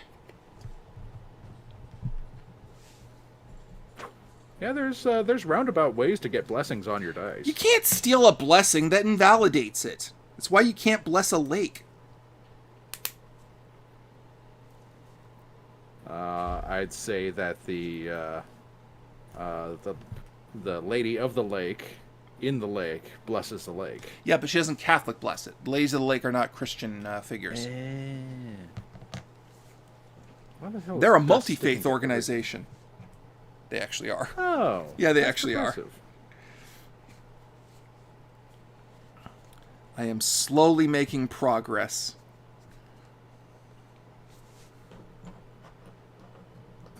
Oh, man. All right, I've got my second trauma team member on his see if the file's base. Let's give that a look-see, see if it'll... Yeah. Look at him. I'm gonna put this in back He's watching out for his Can you help me? team. These are really high-quality plastic minis. Oh, wow. Oh, that's tight. Is Mike GM'd a roll under system for D20 Live? Yeah, it's Pendragon. Yeah. Like, if you consider rubbing your dice on Gary Gygax's headstone. If Gail Gygax didn't have a hit out on me, she doesn't. She doesn't. I feel like that No, would I'm be getting it. I'm getting it. a It's just little taking a sweet time. disrespectful, Like, especially in a society where we effectively worship the dead. not gonna lie, if Gail Gygax was not the most traumatized woman in the tabletop community, and that's saying something, I would ask very politely if I could. But I'd also be trying to do it to make her laugh.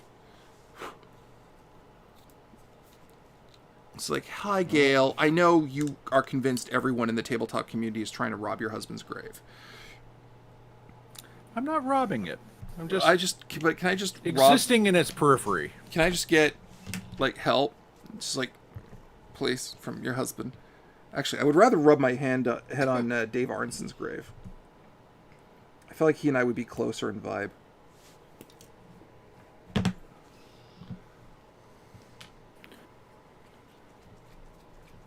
I say that knowing nothing of Arnson's style, but everything I've read about him indicates that he and I probably would have had more in common.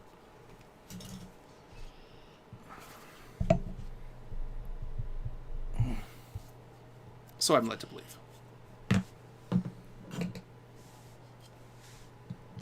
Mike would somehow roll a botch on Amber Diceless RPG. Apparently we're getting an adaptation of Amber. Because that's based off of a book. And oh no, don't, not yet. Okay, you fit, and that's good. But I gotta pry you open so I can glue you. So, I do very much want to do Amber as a game, but there's such a buy-in on Amber, it's not even funny. Ah, neat, Dave. Yeah. So they're watching over a prepaid pickup. And if I pick up more of the Trauma Team packs, which I intend to, you can get... there's one that has a mech in it. There's another prepaid pickup with 2 operators. So, yeah.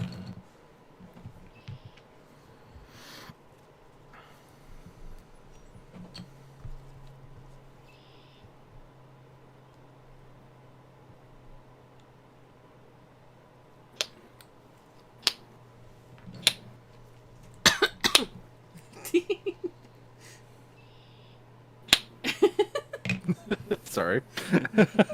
Careful, Dave. That's a really erotic sound for some people. Oh my. Oh my.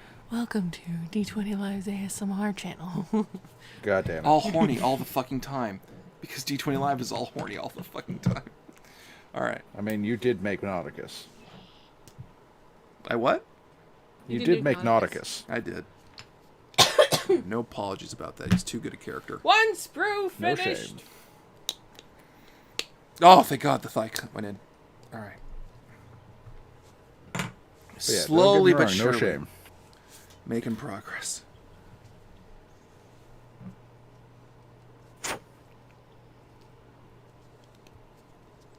Oh, that's really nice.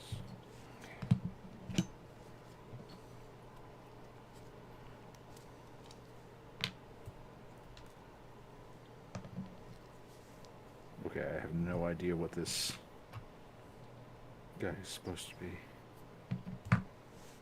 I remember the one time we went up to my parents' place, like before it was actually officially my parents' place, and it was still considered the cottage.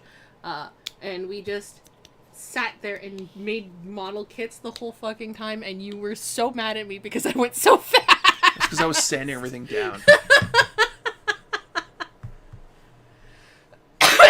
Arnson was less GM versus players and more rule of cool. Yeah, no, that's why I say I do the whole GM versus player shtick for effect, right? So that my players feel a payout for what they do. But everyone knows the rule of cool rules in my fucking games. Same with me. I am rule of cool all the time. Yeah. Which is why when Toby, Chief Macbeth's, got his apocalypse rail set up, I'm like, oh, we're doing this. It went off like a fucking atomic bomb. It's like the fucking, it's like the quarantine enforcement platform from Subnautica. You know, there's sirens going out to alert the locals that we're going to fire the big gun. So, Mike, I've been trying to figure out why you hate the books because Harry Dresden is pretty much you. Well, here's the thing. That's part of the reason why. Not because I dislike a character that is me, but I don't hate the book. Like, I love the first 8 books of the Dresden Files. Like, they're great to me.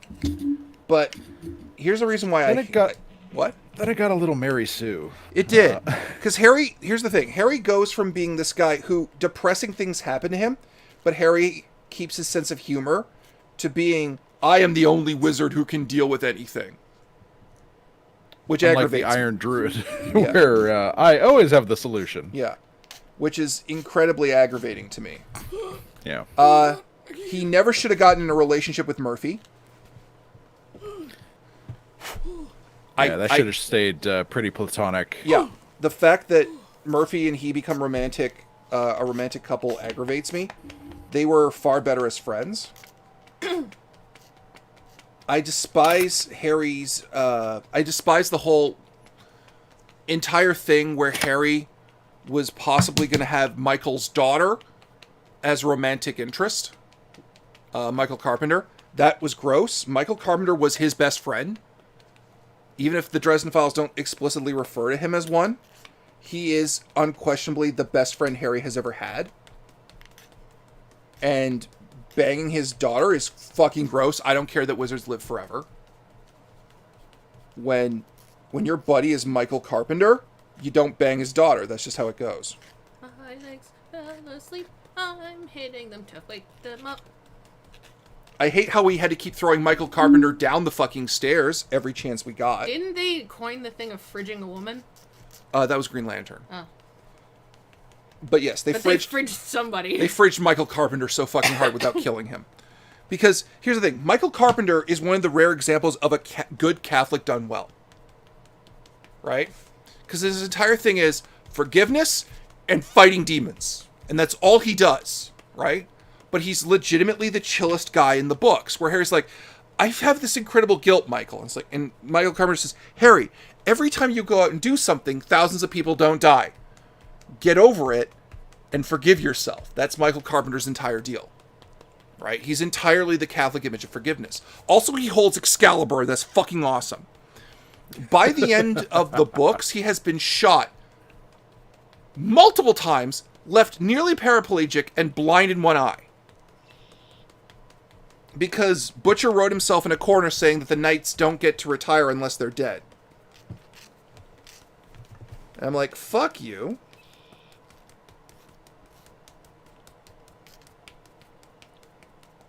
Well, that's so very sad. Yeah. Keep drilling more. Please stop drilling. We're recording things. But yeah. The other thing is that I didn't like was we had a perfect thing for Karen Murphy to be the next wielder of Michael's sword. And it was perfect. It was legitimately perfect. And she says, no, I'm a cop. I'm like, Karen, take the fucking sword. Well, Michael got better, Mike. Understandable. Oh, no. Also, Karen's now. What? What? Fuck this book series. I'm sorry. No, she was a good character. Do you know how hard it is to find well-written women that don't get laid by the main character in a book series? Karen Murphy was perfect. She didn't put up with Harry's crap. She fought a werewolf with a gun and won. It was a loup-garou. Not to be confused Doesn't with Laura nobody K. die Hamilton. in the Dresden Files anyway? Yeah, but They it's in come a back to lame. life? It's in a lame way. I come back to the. Wait, what? I haven't read the very last one. Oh, Tom Mary's upset now. Tom Berry, No! I think you're with me now. So I'm sorry. hashtag The spoilers. the arguably best woman in the Dresden Files. The best woman in the fucking Dresden Files is dead. I was right to walk out at Ghost Stories. I'm sorry. Oh, additionally, I hate that Harry had a daughter. I don't hate that Harry had a daughter. I hate that when he got a daughter. Hey, I was with you on the books being flawed, Mike. Lol. Like, yeah, but now you're mad like I am. We find out in Changes Harry has a daughter. Awesome. That's a great direction for Harry Dresden as a character to go. Learning that he has a daughter. Because Harry, growing up from having a child, is a phenomenal direction for his character to go. And he ditches the kid. Harry, who grew up an orphan, who has never had a family that didn't screw him, who has always tried to be the change he wants to see in the world, says, no, I don't want to be around my child, my blood. Bullshit. Fucking bullshit. And now Karen Murphy's dead? Fuck it. No. Sirius is dead. If you killed Thomas Wraith, I wouldn't have given a fuck. God knows what the hell we were doing with him. Am I allowed to... Is it dead or dead? Dead. Karen was fucking amazing. Yeah. Like... Fuck. Why do you dislike... Why do you dislike the Dresden Files, Mike? Karen Murphy's dead. How the fuck did we get on the subject? Queen Atoli asked. Why do I dislike... I'm reading the Dresden Files, Mike. You really like Harry. Why do you hate it? Because Harry stops being Harry. Harry stops being that shining light of idealism and starts being this very depressed monkey. for no reason other than he lost a girl no one cared about. I lost my girlfriend. Yeah, but no one liked her, Harry. She helped you out one time.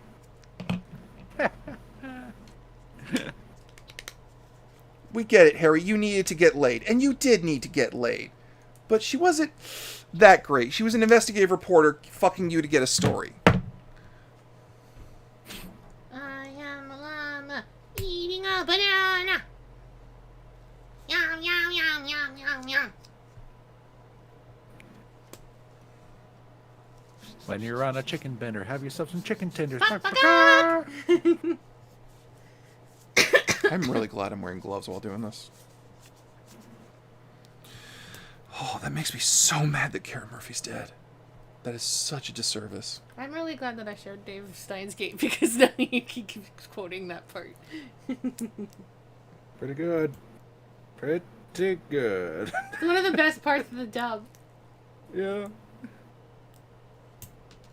I mean, I do love when dubs get a little leeway to have fucking fun with it.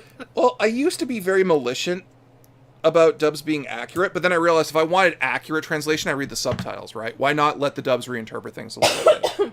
Because otherwise it just remains stagnant, right? Mm-hmm. So.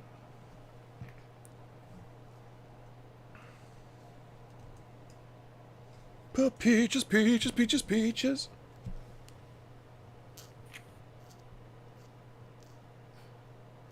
I'll just spoil it, the last book. If you want, I'm not planning to read them. It's like writing up Rukia and Bleach after she's saved. Oh, wait. Also, Harry got kicked out of the White Council. Oh, no. Of course he That thing he literally couldn't stand. Here's the thing. We were going in an interesting direction with the White Council. We were. Where the Merlin, it was clear, liked Harry, but had to follow the rules when it came to Harry. And he was trying to teach Harry a lesson about how the world is versus his ideals. Mm-hmm. But we kept saying, the White Council is the system. It's the man. And they never went anywhere. Right? It was just another analogy for the government. And I'm like, fuck off, guys. What was the White Council again? Wasn't that like a wizard Templar shit? It's the wizard council that runs magic in the world. Karen was based on Jim Butcher's first and now ex-wife. Oh, no. This is what happens when you write characters based on people, you know? You develop an actual hate for them. So yeah, let's finish Steins Gate soon on the duo. I haven't seen the anime and I'm interested in the story. I'm gonna put it to a vote, Thornberry, tomorrow, to see what game I'm gonna be playing. The problem is when you do the visual novels, we can't have talks about what's going on. I right? know, that's a problem, because we have to read it. Because we have to read it.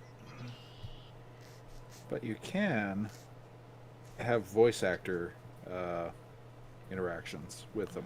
We do, but they're in Japanese, right? And like it's a visual novel, so it's all cutscene. So it's just us there going, huh? Oh, fuck off with Harry and Laura Wraith. There's no... I hate the Dresden Files and what it became.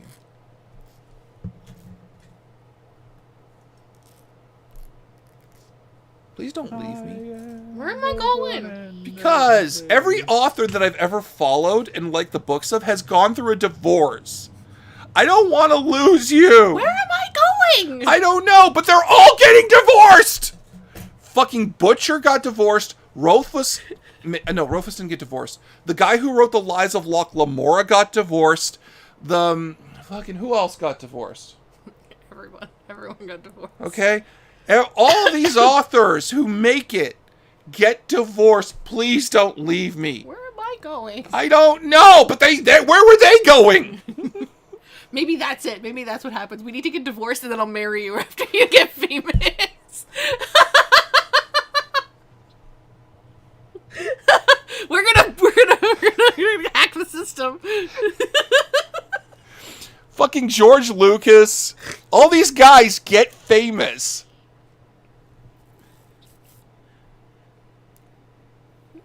Well, good news is Karen's going to come back as a Val. Yeah, but Odin's an asshole in this series. Right? Odin isn't the Allfather. He's a douchebag corpo. Like, fuck. I hate how they do Odin. He's not cool. And he's working with Gentleman Marcone. I can't remember his first name. Not Carl Malone. That's a basketball player. We're gonna hack the system, guys. I'm gonna divorce Mike. He's gonna get rich and famous off of being a famous author, and then then I'll remarry All him. of my women are based off of you. I know. And aspects of your personality. I know. I legit, in my book, wrote a healthfully sexually attracted to a man woman, and she's you. I know. I love you.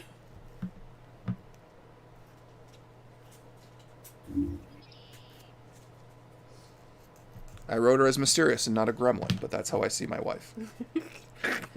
A mysterious gremlin. Stop that.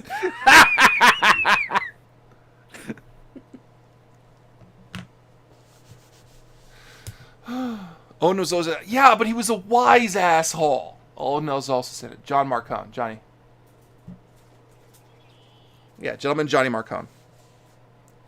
I hate Marcone. Doesn't sound like And I it, swear to God, if these books don't end in Harry and Marcone fighting each other to the death, I'm going to be mad, because that has to be where we're going with these two. Where they were both men of ideals working outside their respective systems, but Harry doesn't go too far, and Harry stays within the boundaries to make the system better, and Marcone goes outside them because he thinks he's smarter than them, and it corrodes Marcone. If it ends in the two of them saying, actually we're buddies, the book series is a failure. Marcone is a fucking man getting power to its own ends, and it corrupts him. Harry is a man who gets power and is scared of the power he gets. For some reason, he's the Winter Knight. And I hate it.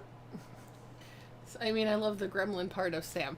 Everyone loves the gremlin part of me. It's the fun part. I like all of you. I know you like all of me. That's why you married me. Yeah.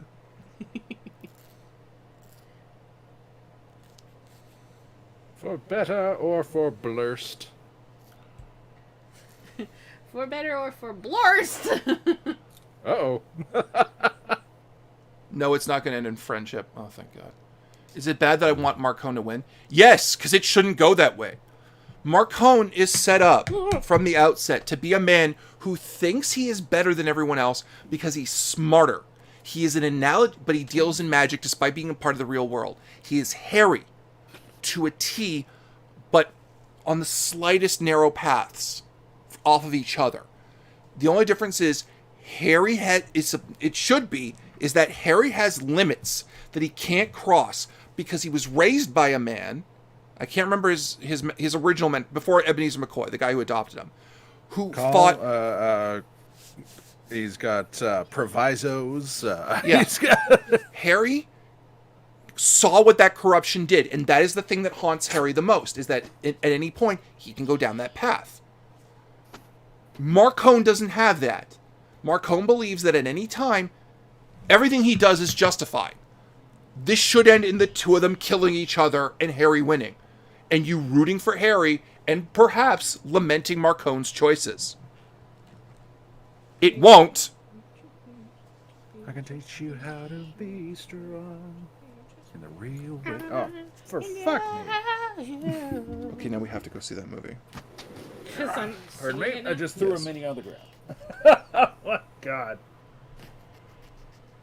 And it's... Oh, there it is. You okay, Dave? Yeah, I'm alright. Just deciding to throw things on the ground. Oh no.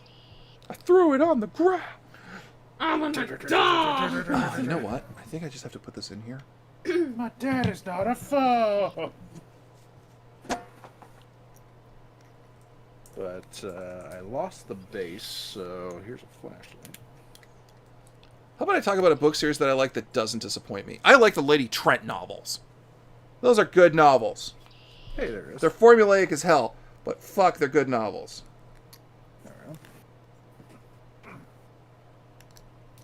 We were so invested on who our next husband was. Yep. You were right, too. I told you I was right. So right. Well, I didn't see it in the first. I didn't really see the relationship in the first book he shows up. I did. Because you're the queen of ships. I am the queen of ships. I want to inspire you. I am Sam, lord of ships. She is. Alright, I'm going to scroll down a bit on the thing. Oh, You're know fighting about generally this similar. one? Can't lead to rat. Does he know about the coin?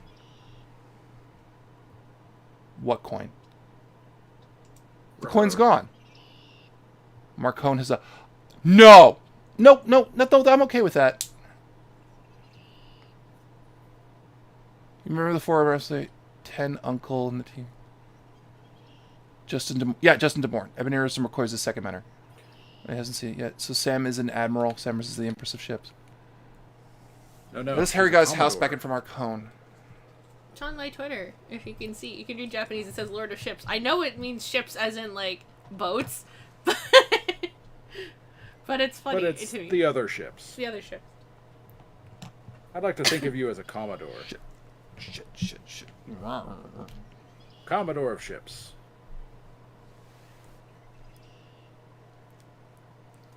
And I want to inspire you.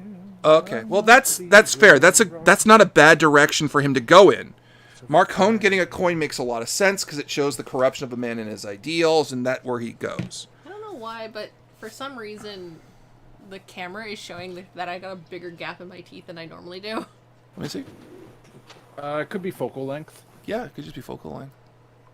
Yeah, I recently saw a thing about focal length that it can make you seem really thin and weirdly 3D, or it can make you seem really round. Or It makes me look like the were-rabbit, so I'm just like, ah.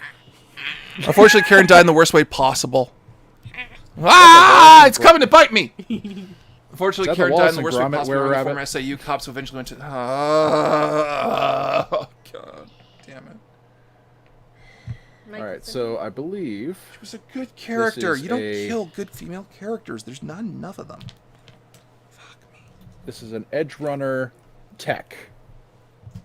He's got a fire extinguisher. Technically, that is a Omni connection with a bunch of wires coming out of it going into his wrist.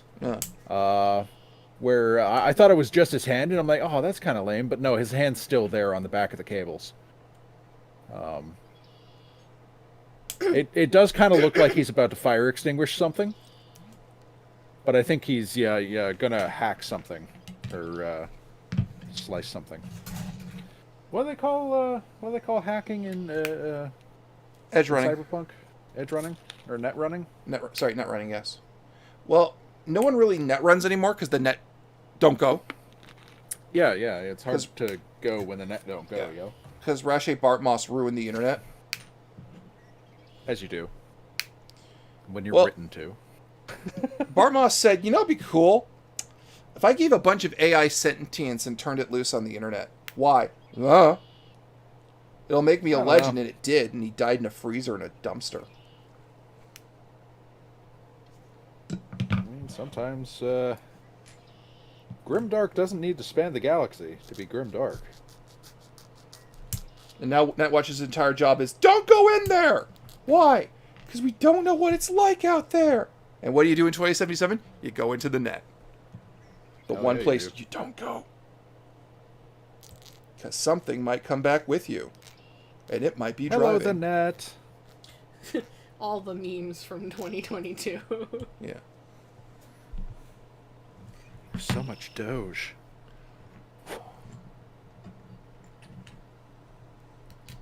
I want to be your... Sorry, I've been on a Steven Universe kick.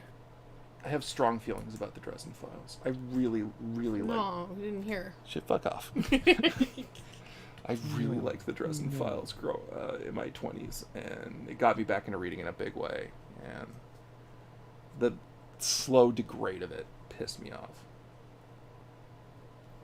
Sorry about the siren, if anyone can hear that. Couldn't hear it. It's not for me. But I do live in a valley that has fairly decent acoustics.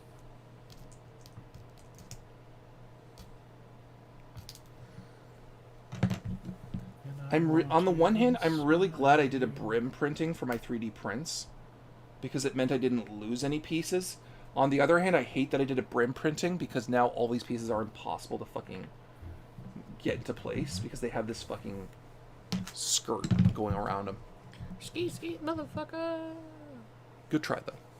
Skeet, skeet, skeet, skeet, skeet, skeet. Oh, skeet, skeet. Why are you grabbing my arm like that? She's fearful. But yeah, Mike, and I now completely understand why you don't like it. Rashi destroyed the net as part of a Dead Man Switch. It was Arasaka and Militech's fault. Yeah, no. If you set up a death trigger, that's your fault. It's not the fault of the people who you set up a deterrence measure. The deterrence going off is your fault. It's like a suicide bomber. Yeah. Right? Okay, yeah. That's not how that works logically at all. No. And knowing what I know of Mike Pondsmith, he didn't intend it that way.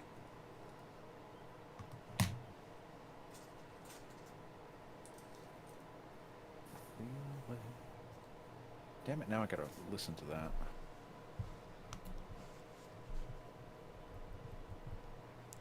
Do you have a pair of pliers? Were they in your nose? Yes. Okay.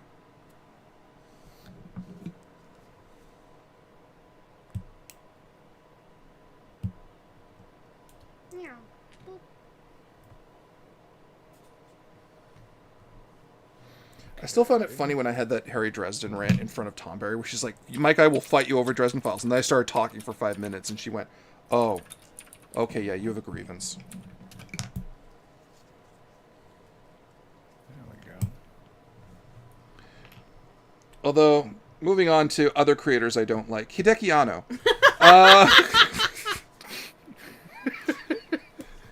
I see we've cracked open the book of grievances. We have. So apparently, allegedly, Anno, while working on Shin Kamen Rider, has been something of a piece of shit.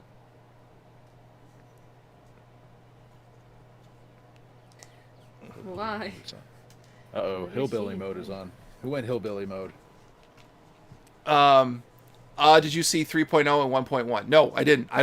I stopped watching Ava a long time ago, and every review I have watched from every person I respect, Ark included, has told me, don't watch Ava. How much of a piece of shit? Perhaps abusive. Because when they were doing Shin Kamen Rider initially, they were doing wire work, which makes sense to a point, right? Because, Kamen Rider. And he said, no, it looks too hokey. Do it differently. It got to the point where they stopped having choreographed sequences because Anno was going to change it on the day of the shooting. And he was... Now, I don't know much about fight choreography. You have to practice it. Yeah. So that Unless it looks better, right? Also, so you don't hurt the other person. It's literally a safety issue. Yeah, apparently Anno was rewriting choreography for fights. Despite not having a background in fight choreography of any kind. He doesn't! Oh, fucking hell. Jesus Christ. I'm so pissed off with people who are like, I'm a film director, and then I'm going to be also in charge of fight choreography, even though I am not a martial artist, nor do I have any training whatsoever in basic fight choreography. Just like... Because he didn't talk to them and say, how realistic can we make? I really want to make this realistic, guys. How do we make it look more realistic? Why not just grab the Kamen Rider fight team?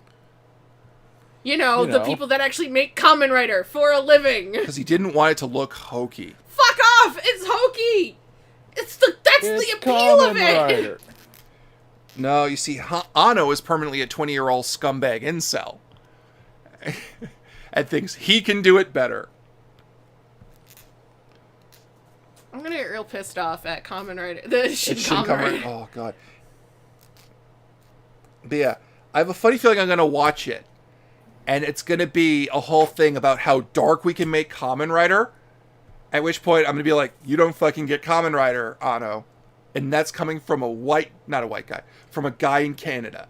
A guy with Okay? A guy who's not Japanese. A guy who is not Japanese living in Canada. You don't get Kamen Rider. You get one half of Kamen Rider, which is Ishinomori's Kamen Rider.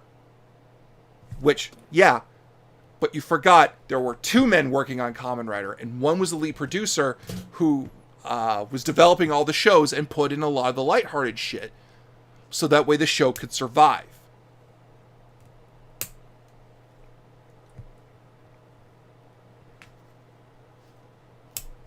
Making Kamen Rider into what it is, a story about heroic men.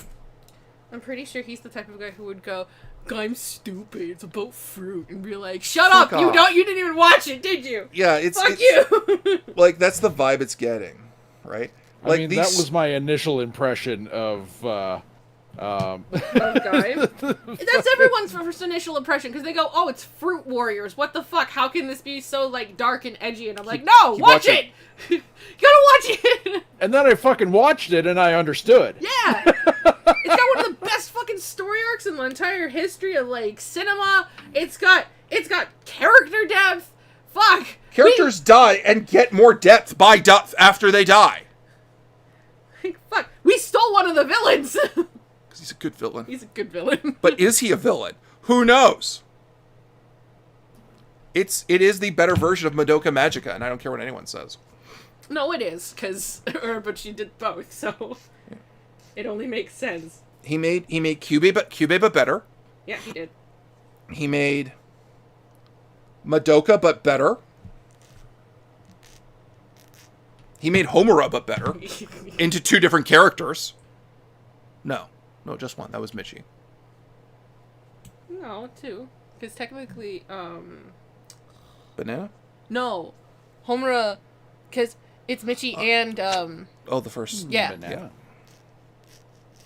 Yeah. The girl. Yeah.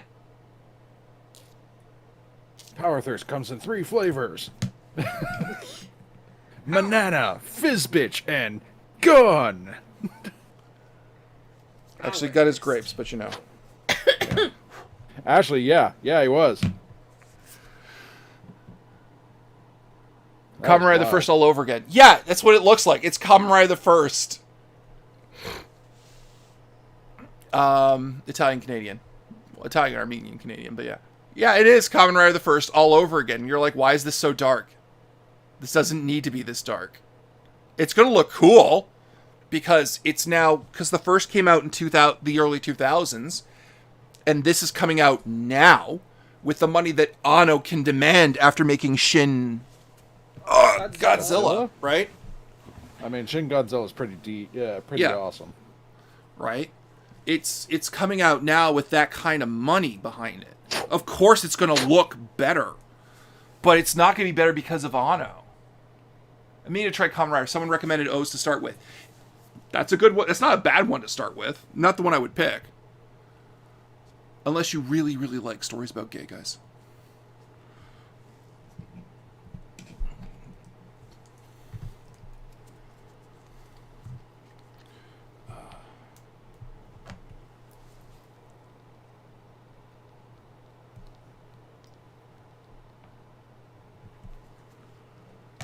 Where's my tea plate? Tea post for Dominance. I was kissed. I arose on the plane. No.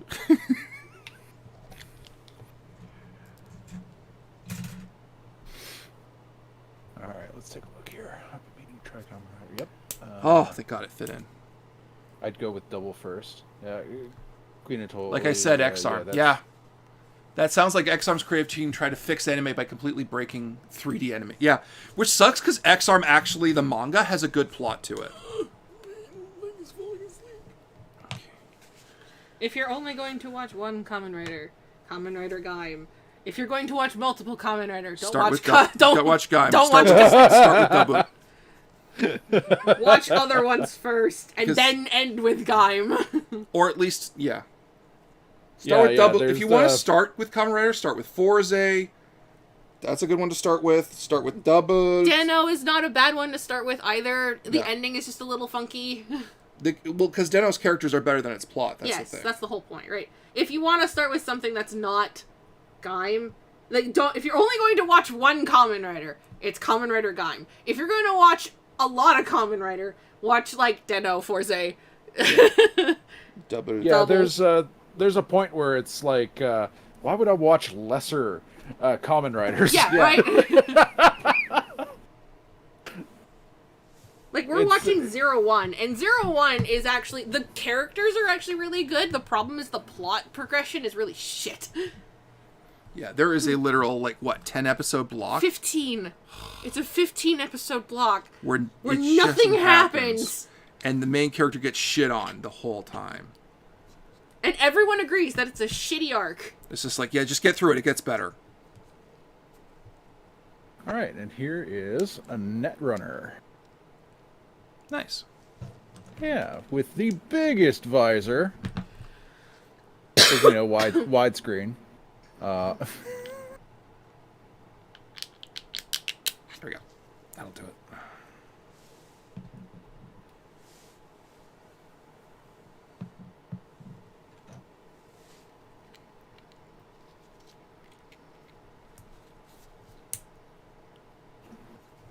I want to be Apparently people are mad that Lizzo was in The Mandalorian, and I'm like, why? Why? Who cares? Lizzo was a perfect choice to be in The Mandalorian. Right? It was her and Jack Black together. I'm like, that's cool. They were a great duo. They're adorable. Yeah. People getting mad over that shit is fucking... Yeah. They're like, Star Wars is only for popular kids. And I'm like... Lizzo wasn't popular, kid! Lizzo was getting shit on, last year, fuckos! What are you talking about? Because she's black and overweight. To me, Lizzo is one of the pinnacles of female empowerment. She's so fun. Like, when she played that crystal flute... Yeah. on stage, I'm playing this fucking flute, yo! The fact that Lizzo had probably had one request. I want to be on The Mandalorian and I want to hold the baby. Yeah. And it's just that's clearly what she wanted. No hate. It was just, I want to be on The Mandalorian and I want to hold the baby. And honestly, that was Grogu's fucking role that episode. He became a knight. I'm Sir Grogu now. I don't care what voice you have for Grogu. Mine is that one right there. I mean, it's pretty good. But have you guys seen the latest episode? Not the latest one. Oh. They give him a text-to-speech thing. He's got words! He's got words, guys! All right, everybody, no spoilers. I want them to find out what words he has. You may see her live tweet it in about an hour. Yeah.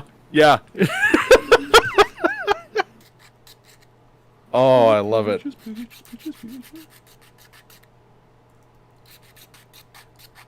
I feel like this is incorrect. I'm not gonna I'm gonna spoil shit beyond that. Neither will any of you in the chat. Please don't. How you gotta scroll down because it's getting. I know. And honestly, I'm having a great time watching The Mandalorian right now. 2743. Drive is also a good start. 01 has a Seinfeld arc. Oh God. Not really. She's pretty well and talented fucking guys. Sam is the baby. Sure, there's a subsection of Doctor Who fandom that's losing the shit over a drag queen Jinx Monsoon being cast next series. It's Russell T Davies. He wrote Queer as Folk. There being gay elements in Doctor Who makes sense. I'm just choosing not to look at the discourse because I don't want to hear it. Grogu now with 4K Emperor thoughts.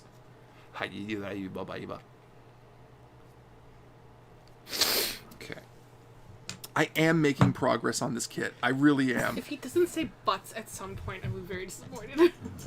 Grogu, you can finally talk, my son. What do you have to say? Butts. Thanks, kid.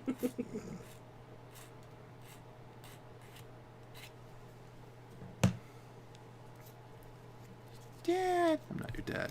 I'm not your dad. I'm not your dad. I mean, Totes is his dad. Yeah, I know. I was just...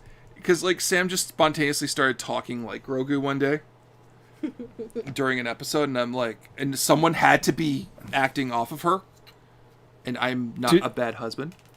To be honest, that's also the voice Sam does for Godzilla. I do. So Just less angry. so Yeah, we have watched the Heisei era Godzillas with Sam voicing Godzilla's inner monologue. A lot of people get called dicks a lot. it's so good. You're such a dick. Here's my grip. By the end of that, I think the thing that upset me the most is the fact that the Japanese military has thrown billions of dollars into Trillions killing at this point. into You killing see- you see Godzilla how with some kind of vehicle, and he destroyed every fucking one. I'm like, this is what caused your economic collapse. All right, we've got the flying battleship X1. Deploy. Destroyed. X2. Oh, I moved destroyed. Over here. Always here. X15. Blown out of the sky. Some people want the world to painful or bland or painfully bland. That is, if it painful, it real. I don't believe this, of course. Yeah. All right, where are we going? Like, fucking hell. Davis made Captain Jack Harkness the I want to fuck the doctor. And we wanted it too. Honestly, the fandom wanted it. I'm quite frankly I'm surprised. when they kissed, I was real happy. Aw. You get real happy when any guys kiss, though. I do. You just like, because we were watching The Last of Us too, and when we saw the Nick Offerman kissed a man. It was beautiful. we saw the episode. It was wonderful. Which episode of what show? 3 Of- of Last of Us. Oh, okay. It's on HBO. Oh, Nick good. Offerman plays a kooky guy who's a survivalist in a zombie apocalypse.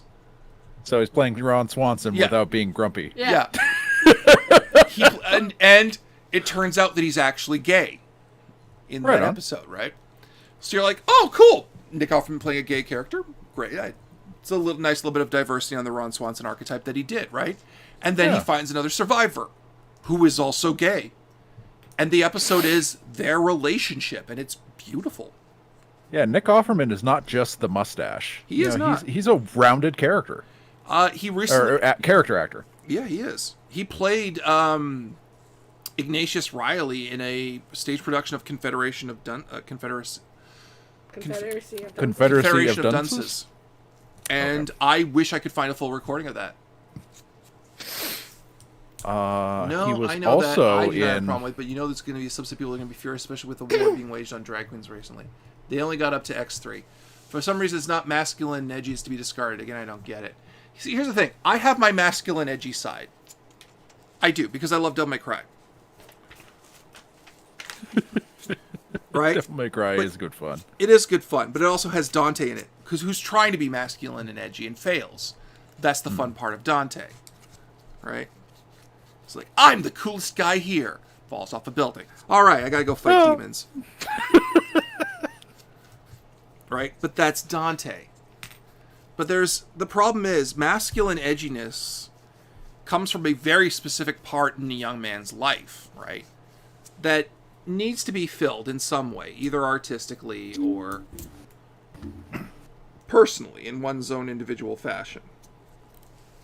Every guy, most guys, have that phase, to some degree, I would argue, where they need that sort of thing, where they're like, I'm different, I'm masculine and edgy, which are two counter things, but whatever. Oh man, that fits really well. This is not fitting at all. We're having very different experiences. Yes.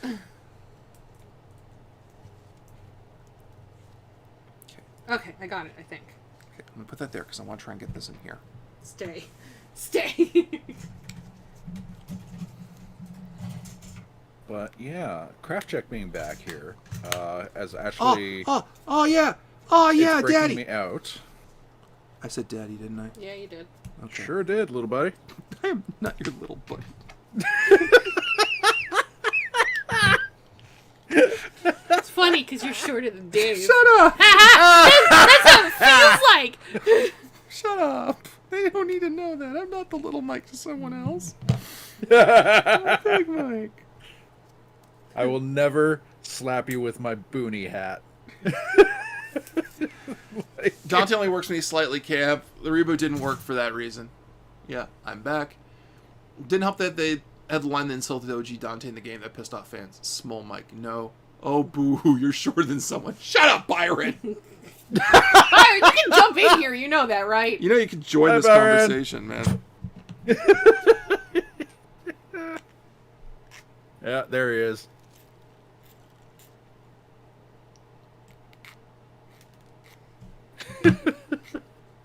Oh, boo, you're shorter than someone.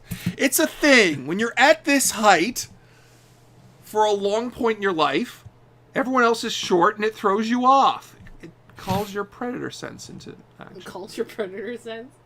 Dave's different because Dave is friend. Dave friend.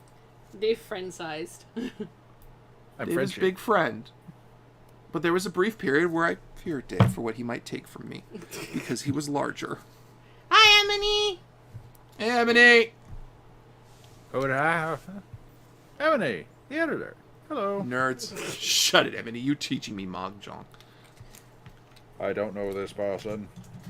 We like Alien Emily. to the friend group. We do like Emily. Oh. Okay. Hello, friend Emily. Okay. Yes! Devindos! Oh, they close really tight. Look at Hi, that. Byron. Hey. Hey, buddy! Byron. No. Oh, 1 second. Bye, Byron. Oh, peaches, peaches, peaches, peaches. Here we go. How's it going? I'm good. How's everybody else? Good. Doing I'm all building right. Optimus Prime for my first 3D printed kit. Yeah, I know. I've been watching in the background. Yeah. I can't... Doing his best lurker. Hi, Tonberry. Yeah, Hey, Tonberry. honestly, I've seen Alice 9 times in shows, so yeah, I had to. All right, so this is the left arm. But which side is your left side? That's the real question here. Okay, if this is the front, My neck of the woods. Pretty quiet finally. I'm enjoying a bit of quiet. Oh, good. Byron had a rough How are the go. kitties? What was that, Sam? Byron had a rough go for a while. I did, We're just glad happy that, that he's safe now. but I'm glad that just got put Sorted. behind. Yeah. oh no, oh no, no, no, oh, okay. Whew. Oh, no. I certainly shouldn't have said it was illegal. Oh, it's too hot today. No, no, no! I can't cut this off again. Look, You okay? the laws of physics are a jerk. Sometimes, yes. He's. Oh, that fits great. Remind me to get Sam a copy of the Godzilla IDW tribute wrapping that Alice shirt. How are things in your neck of the woods? Whomst is the camera focused on the craft table? That's me and Sam. Yeah, technically, okay, so... This is my clippers. This is my clippers. Mike and I have our computers next to each other, so I just turned on my Discord to make this easier. Yep. No, we're just having a nice low-key conversational craft check. Yeah. As, I'm as it only should yelling be. about the Dresden Files like always. Like always. What? But I'm going to prime these and make sure they're ready for next time. After I get this last one put together. Unfortunately, I have to get this done for work, so I have to have this done within this week. Oh. Now, how did you end up with that stipulation? I printed it off at work, therefore it's for work. Oh.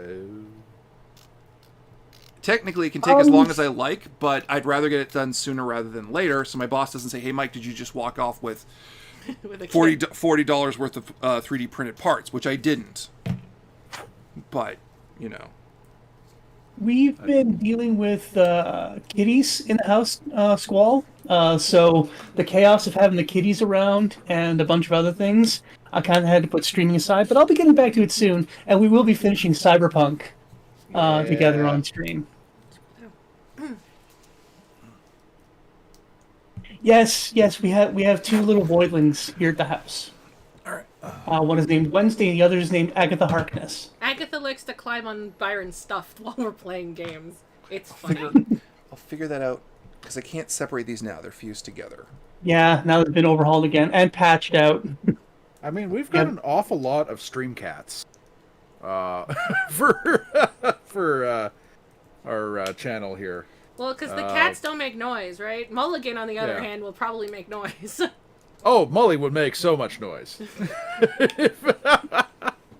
Mulligan is my dog. She's a Labradoodle. She looks like a big Springer Spaniel. She looks like a Jersey cow. She is an absolute delight.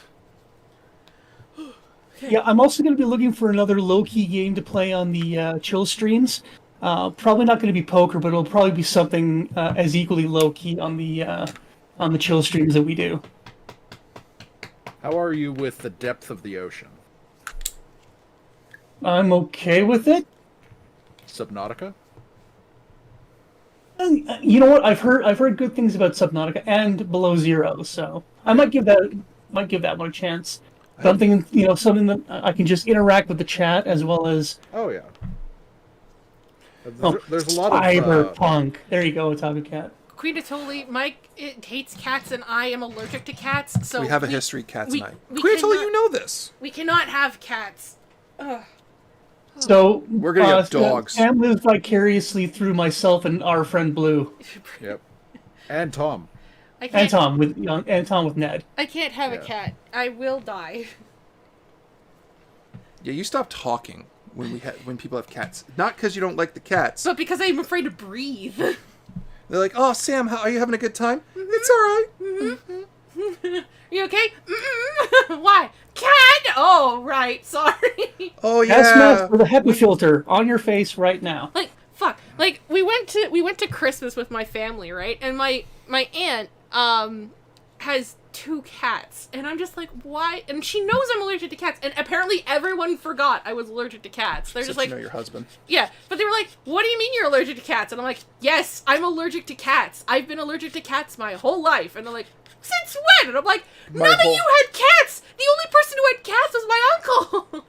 Right? And I never went to his house. I went to his house once. That's how I found out I have an allergy to cats. Fuck. It's so annoying. Then they go, that line from, they're like, War of the what else do you have allergies to? Dairy? Since when? And I'm like, we all have an allergy to dairy. Don't fucking give me this shit. The entire family has this. That was a fun Christmas. It's like that line from, what is it? War of the Worlds with Tom Cruise. It's like, since when have you been allergic to peanuts? Birth. The whole time? What do you think? Fuck. We'll never understand my family sometimes. I love them to bits, but holy fuck.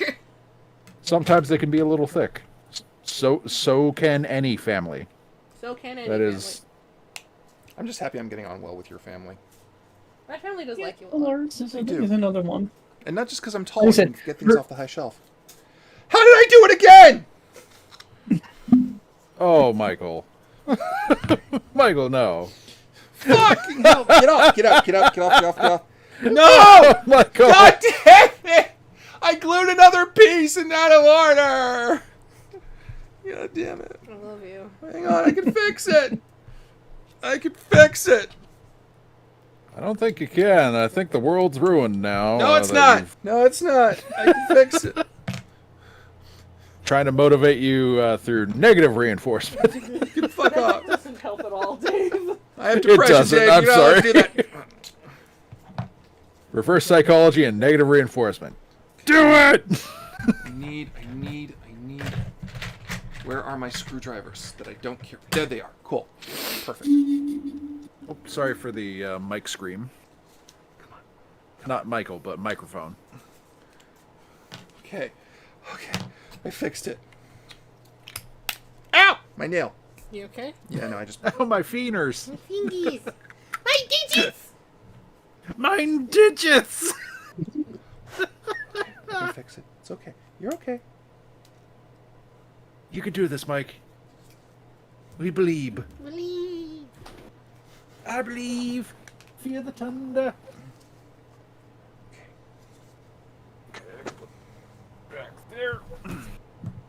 All right, so I finished assembling my last miniature. So let me see if I can show the camera. Here we go. This guy is a solo. Focus. There you go. Oh, nice. He's got a lot of cybernetic enhancements. Looks like one arm, one leg. That's why he can fire that gun one-handed. He looks like he's the pre-built solo. The one your brother uses. Mm-hmm. Oh, cool. Like the one from the art book, from the art from the book. I think that's the point. Yeah. Like, do you know that this particular Monster Fight Club, the people who make these minis, they have a couple of iconics. They really latched onto Matthew Lillard's serial killer from Hackers. Well, he wasn't a serial killer in Hackers. But... No. His hacker handle was serial killer. Oh, I see. Yes. As in Fruit Loops. As in, he would go to other people's houses, eat their food, and then leave. Yeah, pretty much. Okay. But parts. I do like the roles that Matthew Lillard has played. Well, you guys know he's playing William Afton in the Five Nights at Freddy's movie, right? Is he really? What? Oh shit. Yep. He's him. been cast as William Afton. Woo! Good for him. Is Markiplier still in the movie? No, I He's believe. working on his own film. Yeah.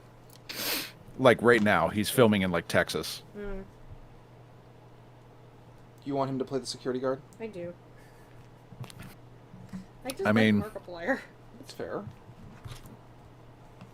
What is he's already done a heist with Markiplier and In Space with Markiplier. Then I think at one point they were filming The Edge of Sleep. Yep. I don't know when that's going to air. And then he's filming this current project, which I don't know if is The Edge of Sleep or not. Like I've listened to the Edge of Sleep podcast and it was phenomenal. And I think it ended, or they stopped producing it when they got a film deal. So that tracks. Yeah. Which, you know, it was an exceptionally made podcast, drama podcast. So he's slowly coming together.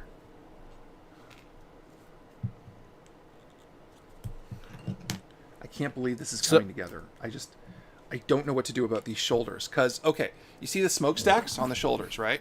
Yep. So these are the upper bicep of the shoulders. I can't get them on here while the stacks are in the way. So I may have to print new shoulders and stacks. We'll see. Because, like, can this come out still? I don't know. Now, did you buy this model online? No, this is free on Thingiverse. Oh, okay. The guy who made it has model STL files that you can buy, but a lot of them are free. Like all of his Transformers ones are free, so that's why I did it. And I wanted to make it a display piece at work. It's coming, slowly. Yeah, you can finally bring some of your hobby to your workplace, and that's fantastic. Like, I still have a big black and white printout of the Homeworld universe on my cubicle wall. Yeah. That shows the original path of the mothership from Caracas to Higara. And then it shows the path you follow in Cataclysm and in what was it? Homeworld 2. So it's a very detailed map by a deviant artist. So it's going to have to be updated when Homeworld 3 comes out. But yeah. Sorry, everybody went quiet. We were listening to you. No worries. Okay. Oh, I'm gonna mute my mic because a train's coming by. Okay. Sorry.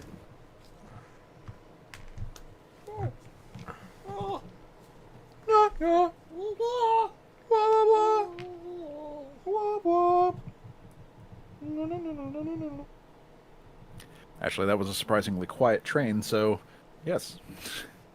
Elf train. Yep. I think it was going downhill, so it didn't have to power its way past. Dave, are you excited for Homeworld 3? I am. Freaking am. And Armor Cord 6. I do and I don't want to play Armored Core 6. Let's see. Ooh, that's Sam. I mean, have you seen the TIE bomber drop napalm?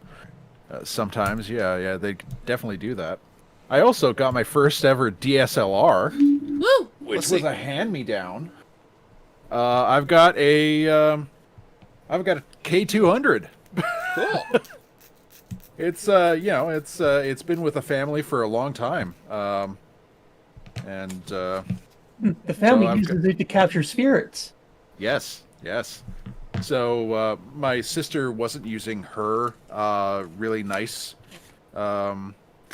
camera, so she was giving that to my dad, and my dad had this for the longest time. This has captured so many vacation photos, and now it's in my charge, and I'm learning the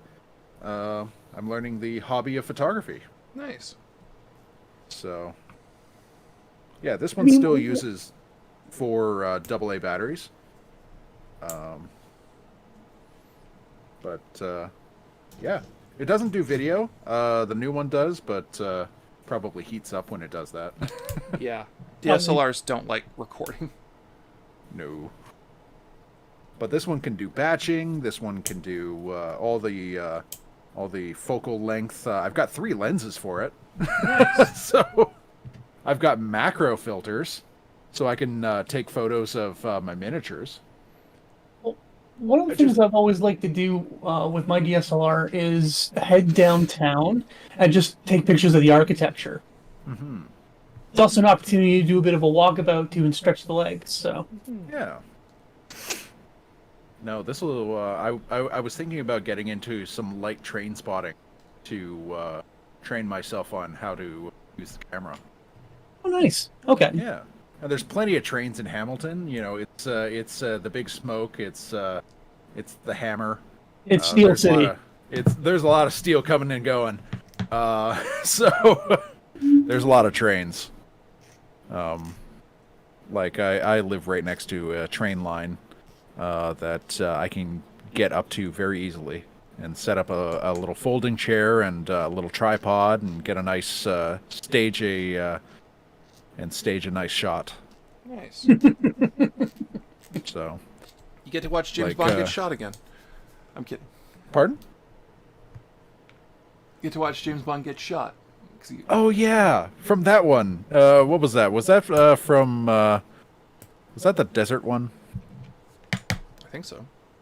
No, it's I forget the name of that one. It wasn't Spectre. That was the one that came out after that one.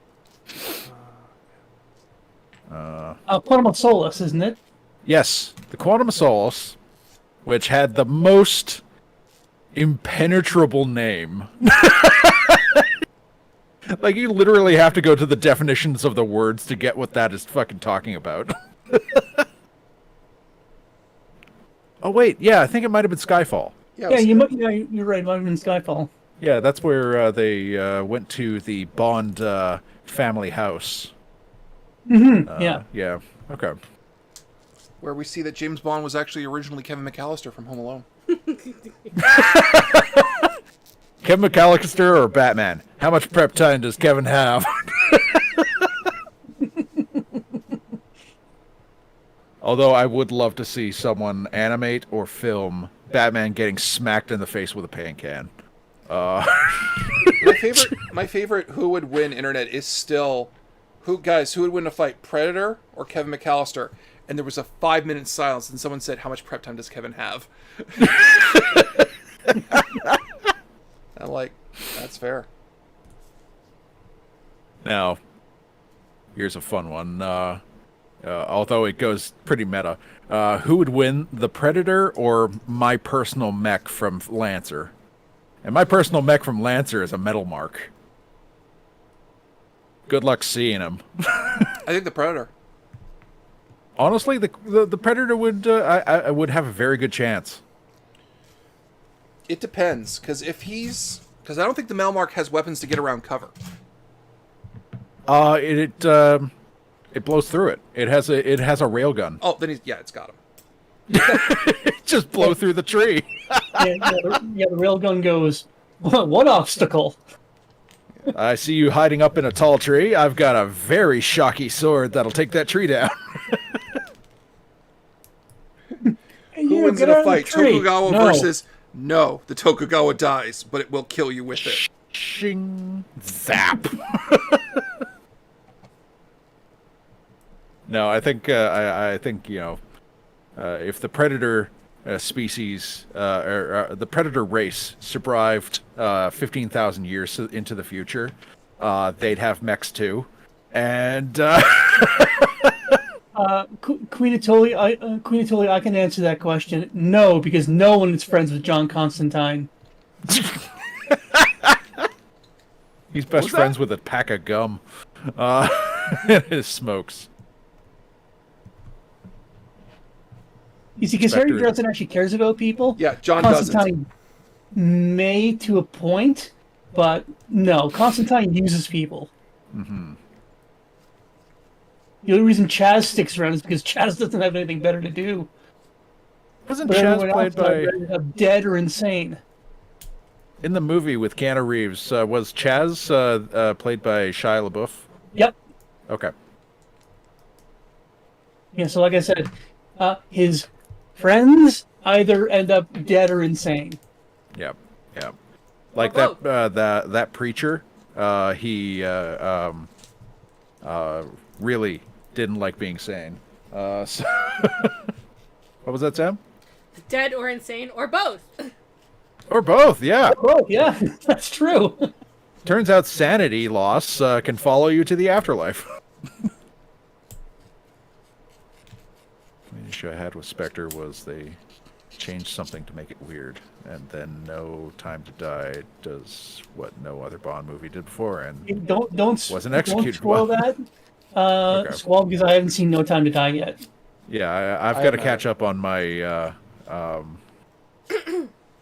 my latest Bond films, because they're really trying to be Bourne Identity. Yeah. Well, it worked with Casino Royale, right? But that's because Casino Royale was Casino Royale. Did we go see Good. Skyfall first? No, the first movie we saw on our first date was Spectre. Oh, that was... And Spectre disappointed us because did. it had everything it needed to be a perfect James Bond And movie. it wasn't. And it wasn't. And the only person in that movie having a good time was Batista because he was smiling the whole time because he was in a Bond movie. Up until the point he got his nose broken by Daniel Craig. Oh no! Like IRL? Yeah, Or- it was during their fight scene on the train. But hey, you know what? They patched up and made amends by the time they got the glass onion. That's good. I've still got to see Knives Out and then Glass Onion. Knives Out They're is some really of the good. best mystery movies I have seen in a long time. Knives Out is really good. Glass Onion is on its own really good. It made me mad. It's not as good as a sequel. Previous movie. Prequel? Yeah, if you regard these movies as their own standalone mysteries, they're great.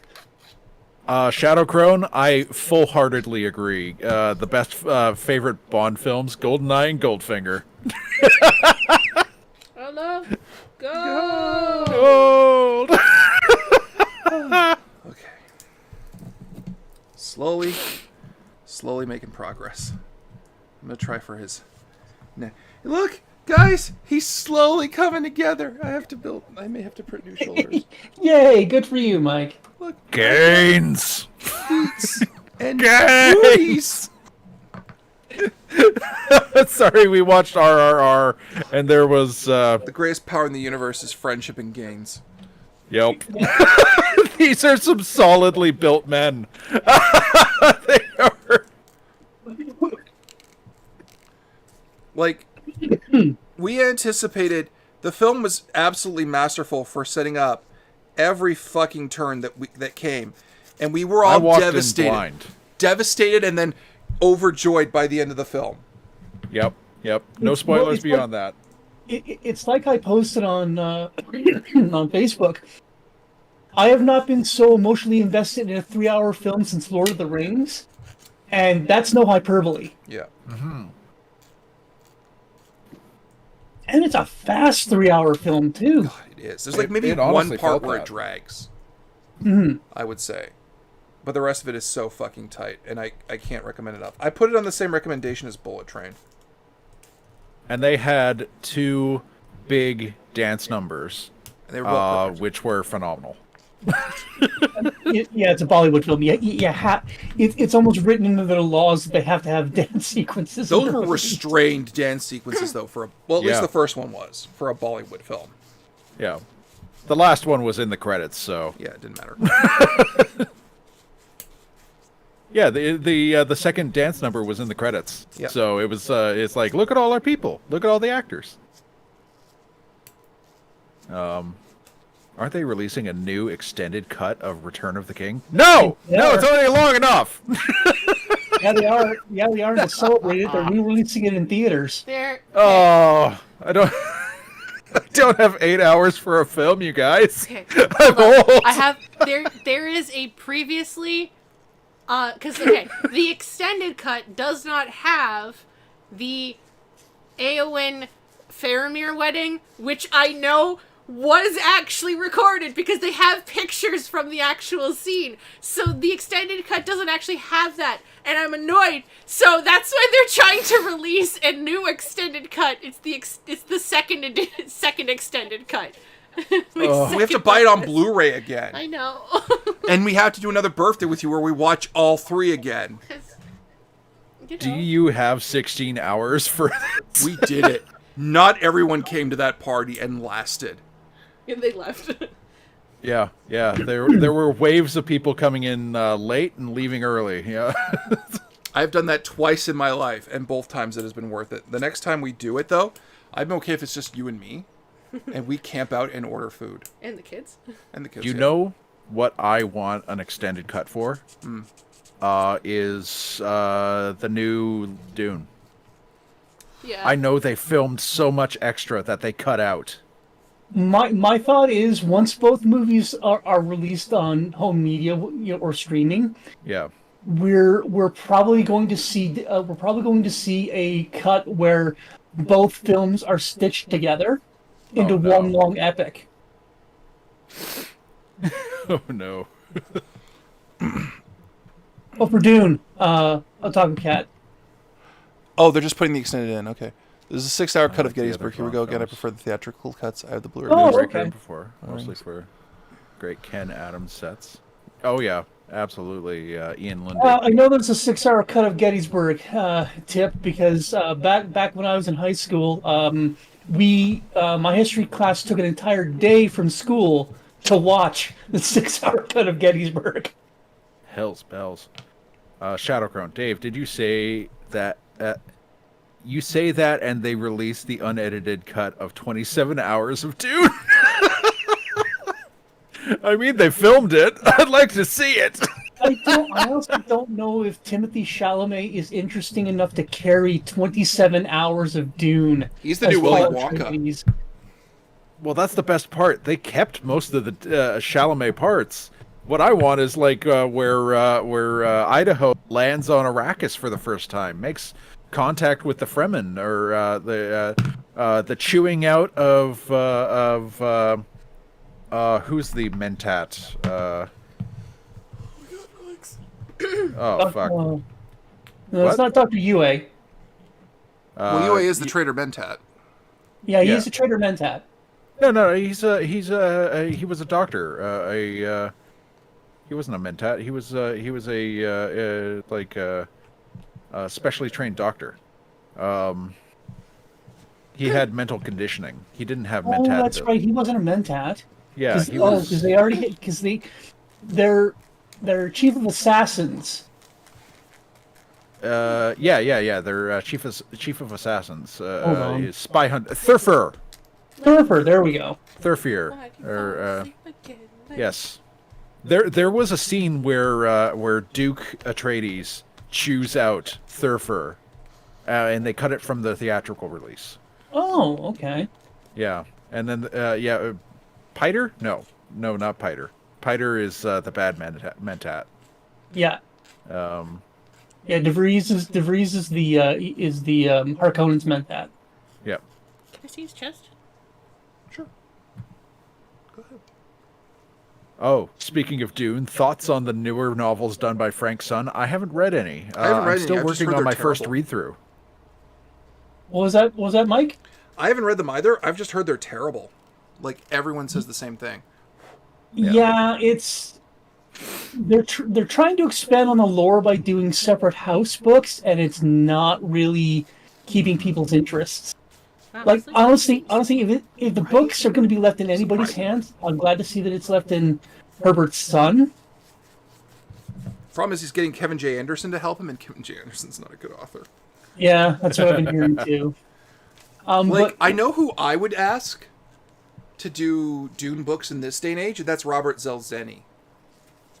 ooh, yeah. That's exactly the guy I would ask to do Dune in the modern age, because you got to get a guy who's like trippy as fuck. Mm-hmm.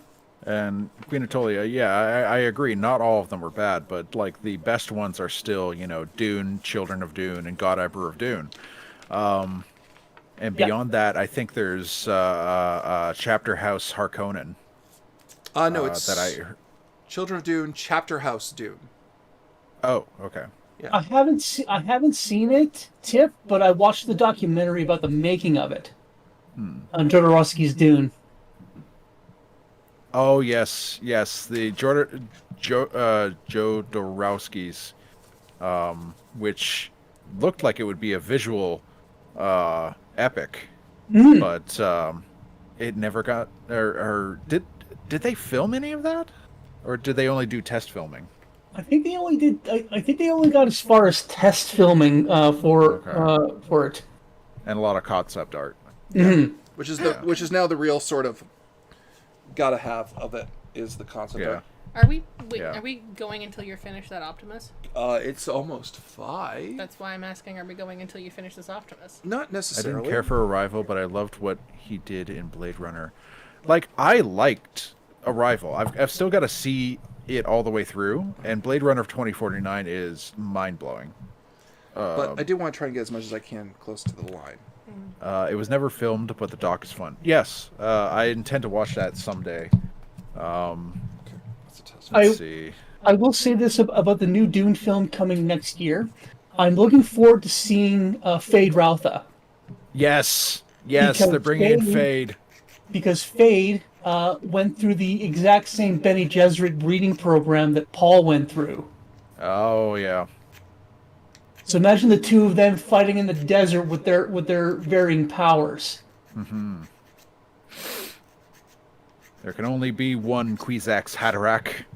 Yep. And his name is Paul Muad'Dib that's- Atreides. But that's also why we ended up getting the tuning guns in Lynch's Dune, Oh yeah.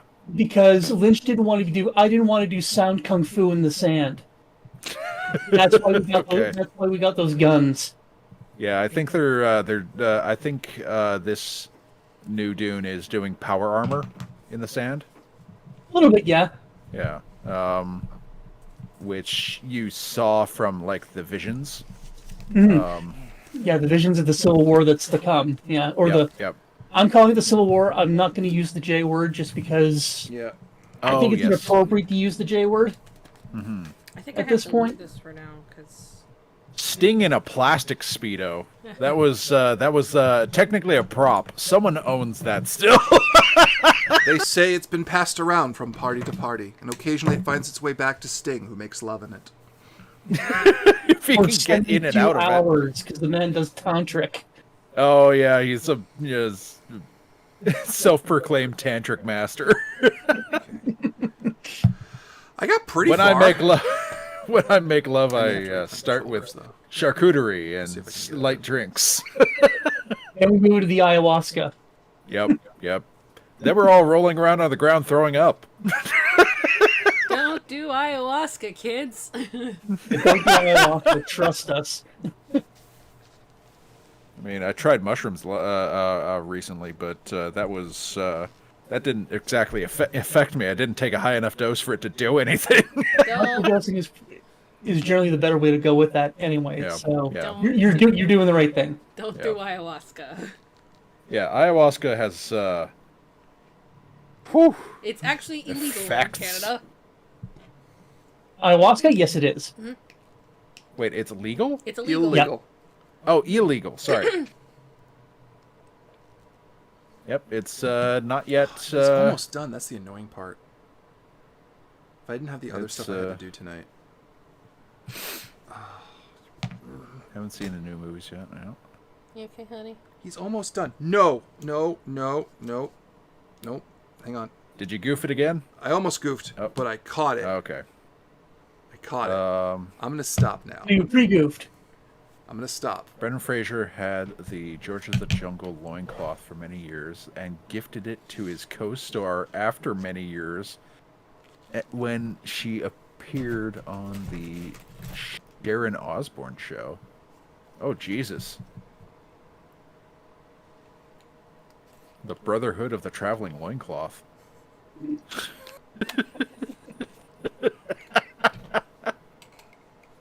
Butt flap.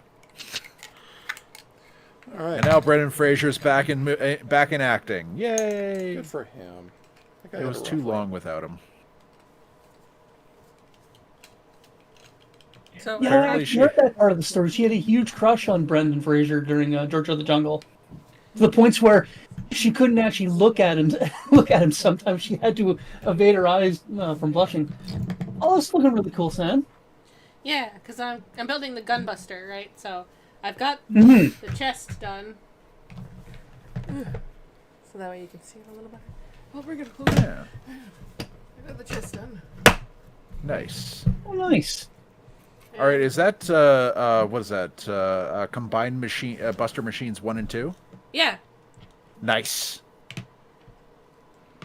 I am slowly building an Optimus Prime. He's actually mostly done. If I can finish him tonight after the stuff I have to do, I may. We'll see. Yeah, and I'm just hanging out because I don't have hobbies that involve building things. Yet.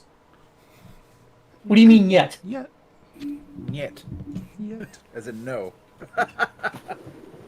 Soon. Actually, that's a good idea. I'm going to set up a macro shot.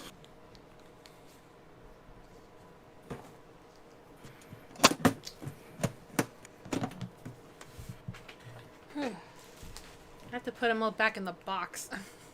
Lens. The box is okay. The box is not like the other Gundam boxes where it's like it opens up. It's this where I have to slide shit in. Oh no. Yeah. I may just get a Ziploc for the instructions and the parts that I have finished.